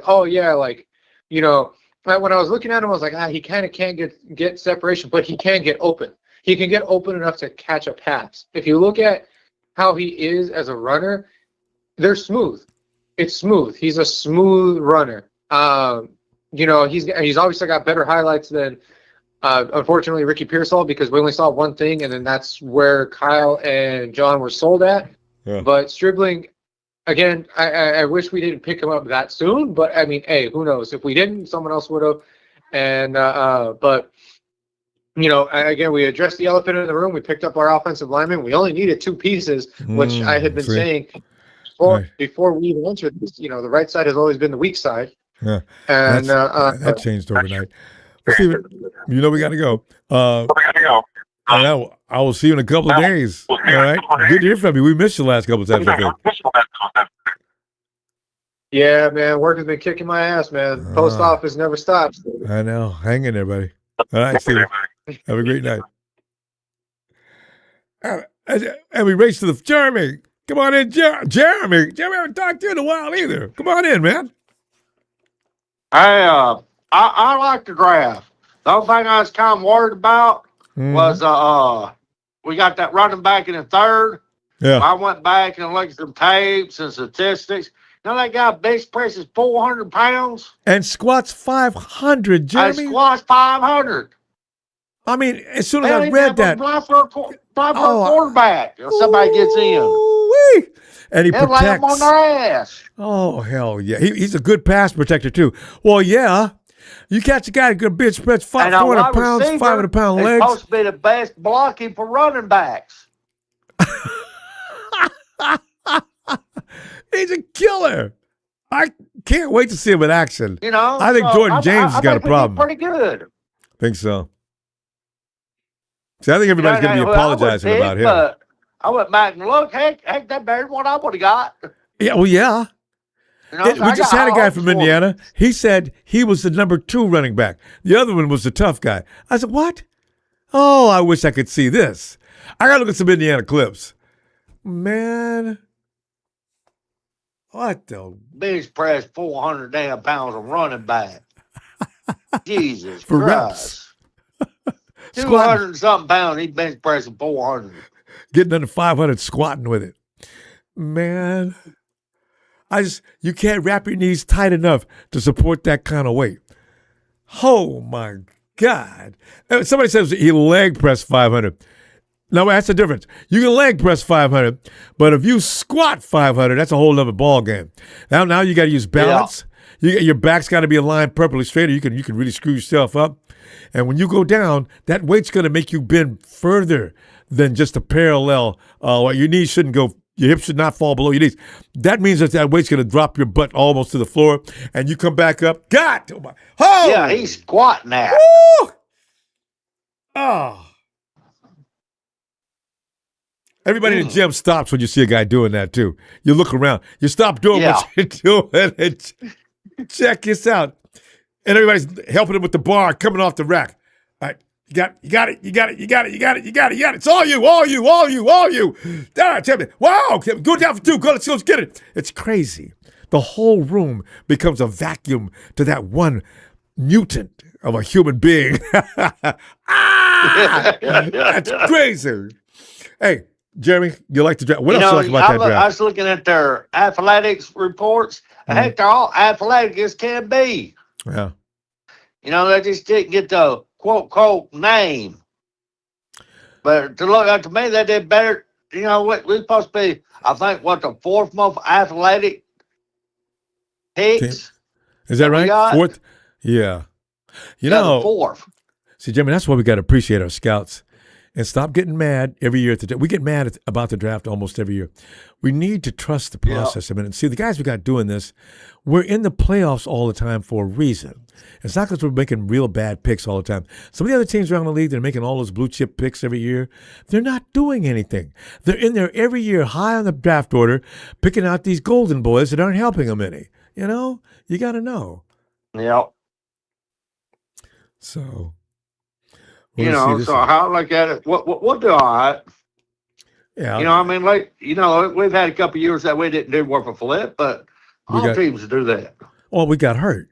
You know, you look at last year, we had no business. Yeah. What was our record, 12-5? Jimmy, how in the hell did we do 12-5? And hey, every one of our players played, all 11 players. I mean, the whole roster. All 11 players we kept. That's unheard of. They had to play. Everybody else was gone. Yeah, everybody else was hurt. I mean, I got Nick and Fred out. There was no Dre yet. I got my third string linebackers in there. You know, I just got a couple of the best coaches on the planet. Is the only reason why we competed. That's why, Rudy, when you come to talk about, you guys get How the hell was that damn? He He needs to go find his own damn person to talk to. Jesus. You know why? Nobody likes the Raiders. That's why he can't. I mean, the Rams. That's why he can't get nobody to talk to. Nobody likes them. He runs his own show, and I don't know what's going on with that. But he's got to come over and get cussed out by our people. Why would you put yourself through that? I thought it was pretty funny myself. Well, you know what's so funny? I was actually getting mad, but now that I think about it, it was funny. The dude is a glutton for punishment. God. Who in the world can like the damn Rams? That'd be like liking Oakland or Dallas or Chiefs. I mean, come on. Like the damn Rams. And no matter what they do, he's still the Oakland Raiders or Kansas City or Dallas. You know what? I don't know which one of them's worse either. Oakland used to be worth talking about.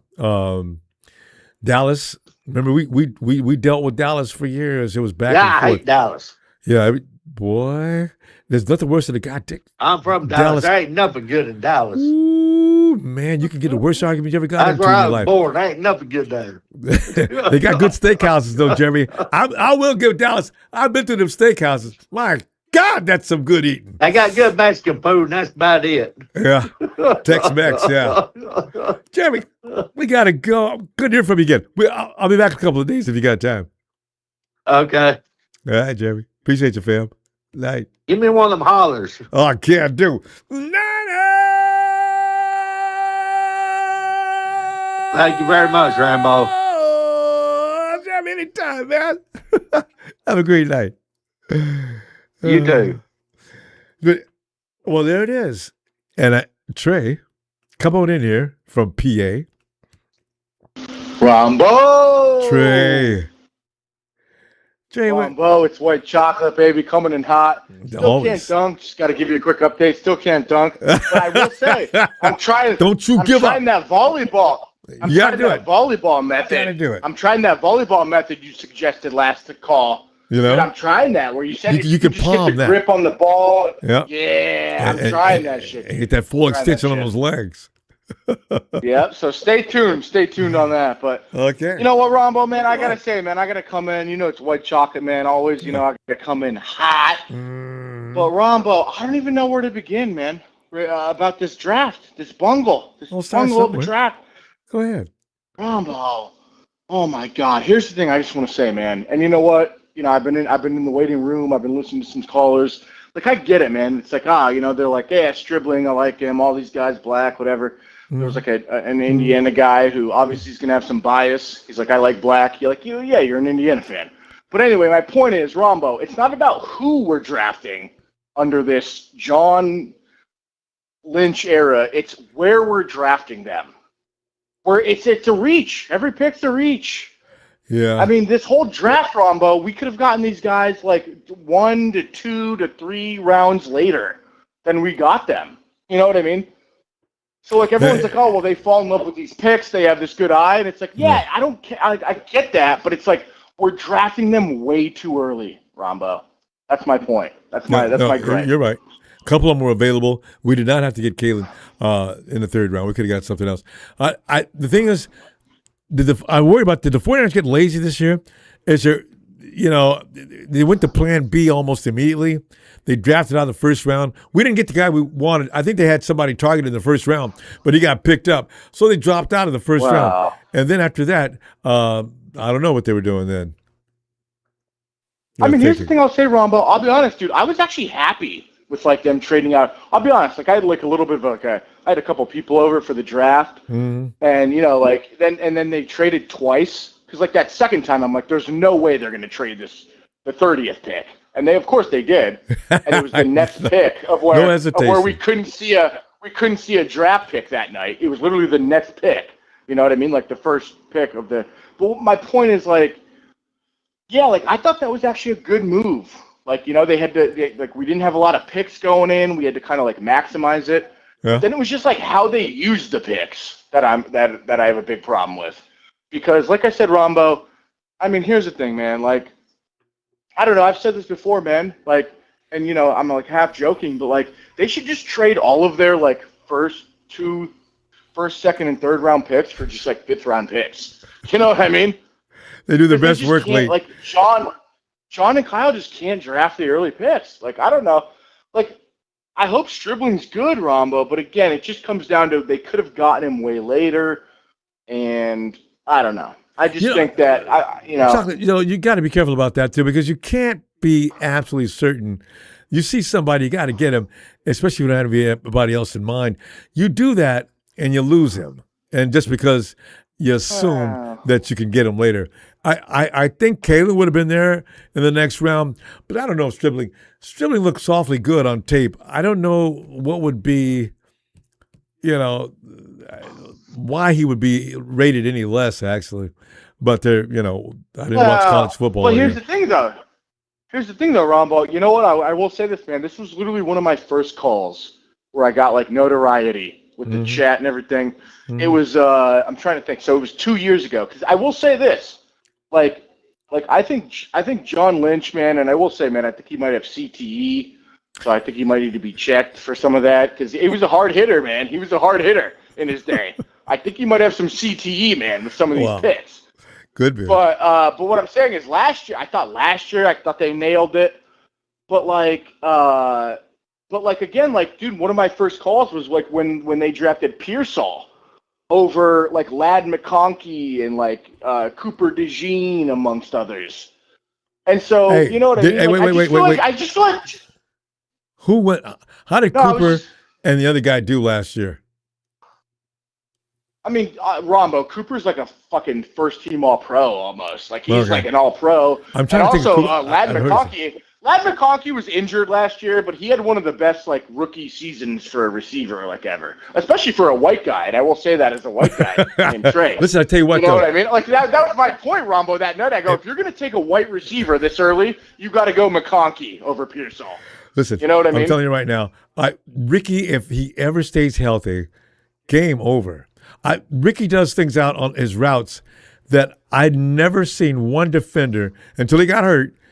I'd never seen a defender stay with him. God, I hope he can stay healthy this year, and I think he'll get off him then. I think everybody will get off him then. I mean, no, Ronbo, I call him Ricky Scent because he took some shots. That's right. You're the one who called him Ricky Scent. I call him Ricky Scent. But I will say, man, you're right. I mean, I think he's good, but he's he's a little fragile and all this. But anyway, Ronbo, my point is, it just feels like Kyle and John are like those guys where they're always trying to be the smartest guy in the room. They're overthinking it. When sometimes you should just take the best player available. Yeah. You know what I mean? It just feels like they're overthinking it. They're trying to get cute. They're trying to do all this extra shit. And it's dude, just fucking draft the best SEC guy. You know, that's what Howie Roseman does. He Chocolate. He just takes the best Alabama or Georgia player available. And Big Ten. Big Ten now. SEC starting to fade. The Big Ten. Did you see how many players from Ohio State got drafted? It was the whole Ohio State draft bowl. It was a crazy thing this year. Oh, man. That's a good point. Even Indiana, dude. They had a lot of guys going, Whoa. And they're a punching bag. They're used to be in a punching bag. LSU, anyway, Bama. It just feels like they're trying to get too cute, man. It just feels like they're trying to get too cute. And then they end up Ronbo, what was it, the 2023 draft where they took Jair first? Ronbo, they had 9 picks that year, and only one guy is still on the roster. Ronbo, that was 2 or 3 years ago. That was 3 years ago. Chocolate, we got to go, though. We're trying to get over that year. Don't remind me. All right.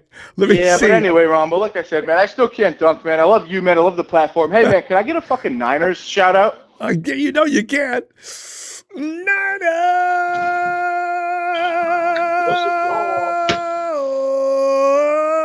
My Chocolate, he's going to get that volleyball and go. All right, Chocolate. Wow, you're in mid-season form, buddy. I love you, man. I love the platform. Bang, bang. White chocolate out, baby. Love you back, fam. Keep at that, too. All right. Talk to you later. Hey, Tony. Ronbo, good evening. How are you? Tony, it's a great evening, man. It's just, this is that time of year when, all the anticipation and everything else, you sort of feel all of a sudden real relaxed. And at first, I was like you were making jokes about me on Twitter about how we had you laughing about our reactions. Well, I wasn't Funny. making jokes. I was laughing at the comments. Well, that's what I'm saying. Anyway, some of the things I was thinking and saying that day, I've walked it back. I was wrong. So see, because You know how it is at the draft, Ronbo, for every fan base. yeah. Overreaction Sunday, overreaction Saturday. That's all it was. Even I did it. Yeah. So you got to wait a minute. You don't overreact, like you're saying. Take a good look. Make sure that you're mad about what you should be mad about what you are or not. And so I gotten over Ronbo, though, Kalen quick. man, the way, like I said, talk to you in X. The way y'all strategically traded down, Ronbo, you guys, y'all didn't have any fifth-round picks. Y'all ended up with 2 fifth-round picks. You gave up one of your fourth-round picks, so you still had 3. Y'all had, 2 second-round picks? Ronbo, y'all should have got one of them linemen, man. I know, yeah. Well, Talk about offensive line. Yeah, Tony, I wonder how many offensive linemen. Every year I want to know what offensive lineman came out of the draft and really made a statement in their first year. Usually throughout the league, there's a handful, but a lot of times you probably already got them assembled in your camp as good as anything. Offensive linemen don't get as much time to actually develop their game as much as they did back in the day because of the new. And it's funny, just like system. I said to you in X, that guy that I kept hyping to you, Chase Basantos, out of Texas A&M, right. The left guard. Yeah. Y'all had picked 33, picked 34. Arizona took him, so now y'all gonna be seeing him twice a year. And Ronbo, he's a plug and play guy. And Arizona has their first round pick from 2 years ago, Paris Johnson at left tackle. Mm-hmm. Cincinnati's former 2019 first round pick, Jonah Williams at right tackle.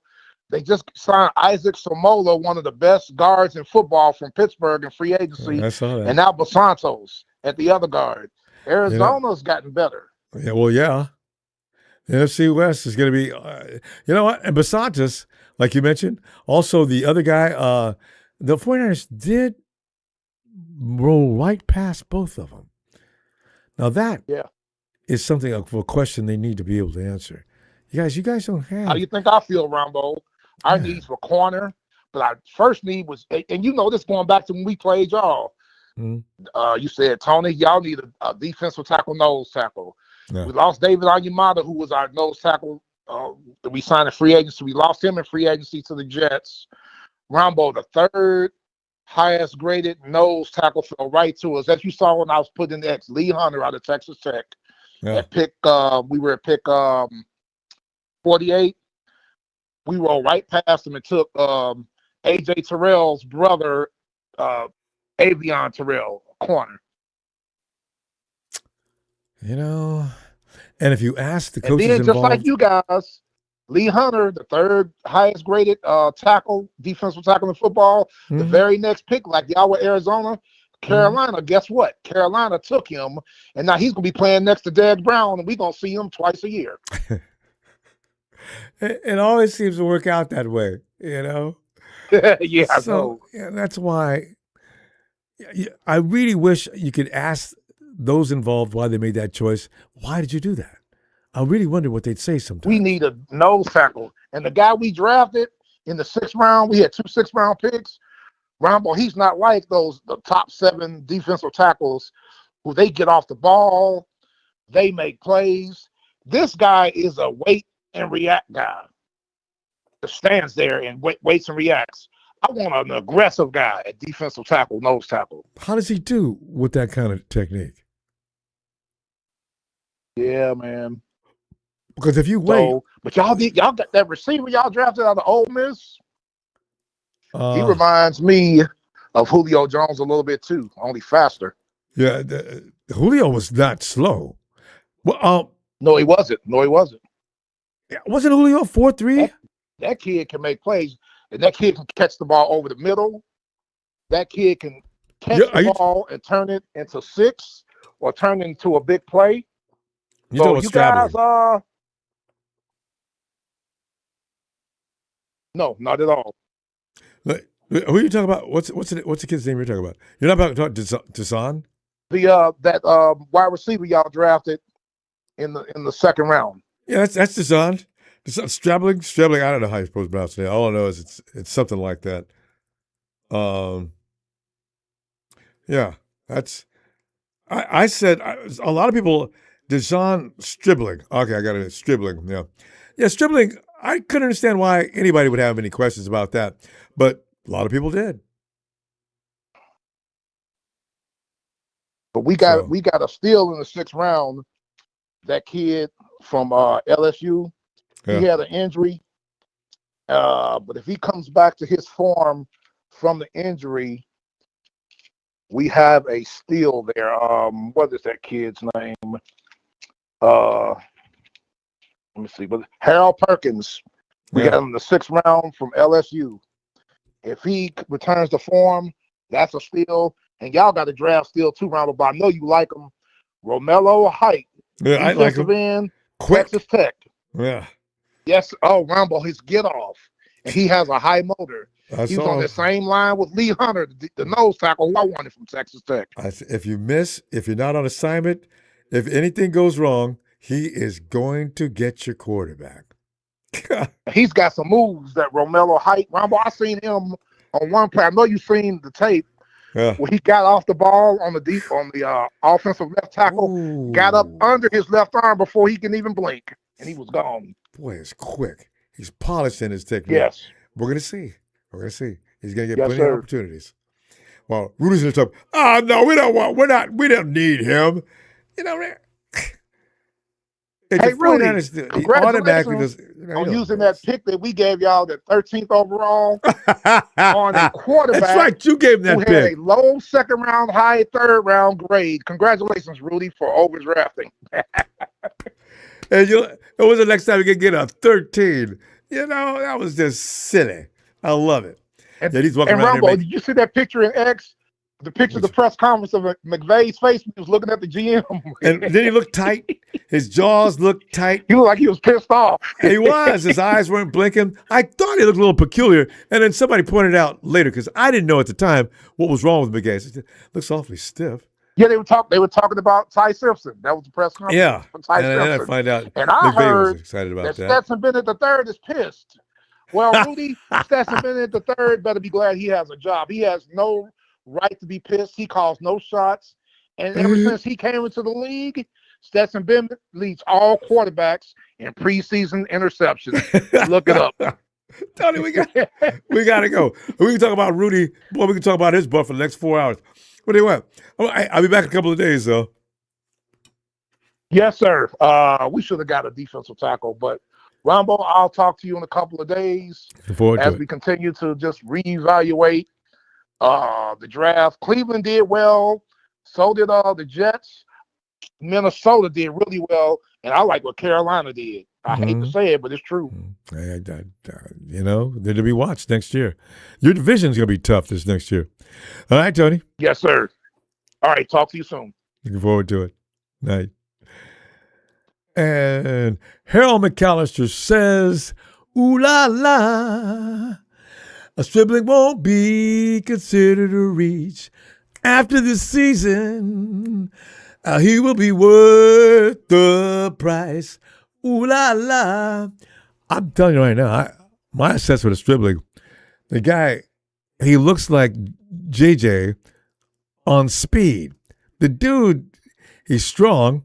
If he blocks as much as Kyle Shanahan said he likes to do, we got something there. Third and Stribling. I like the way that sounds. Woo! Fam, feel good about your draft. Let's wait and see what materializes in camp. Also, you already know the marquee blue chip players are going to be running that offense this year anyway. We didn't pick up all that talent to make them sit down behind the rookies. I know when are the rookies going to play then. They'll get incorporated in. But right now, let the guys that have been kicking ass for years have this. Get in there and go ahead and win that damn Super Bowl and stop fooling around. Let's just get it. And And fam, I shall see you in a ooh la la couple of days. Yeah, yeah. You know what? I was supposed to do my Quentin Balky assessment of this draft. So I forgot who kept asking me about that. I don't know if he's here now. I'll do it next time. All right. Night, fam. Appreciate those contributions, fam, and appreciate your presence and keeping company. I love talking some 49er football with you, and you know this. Oh, Niners!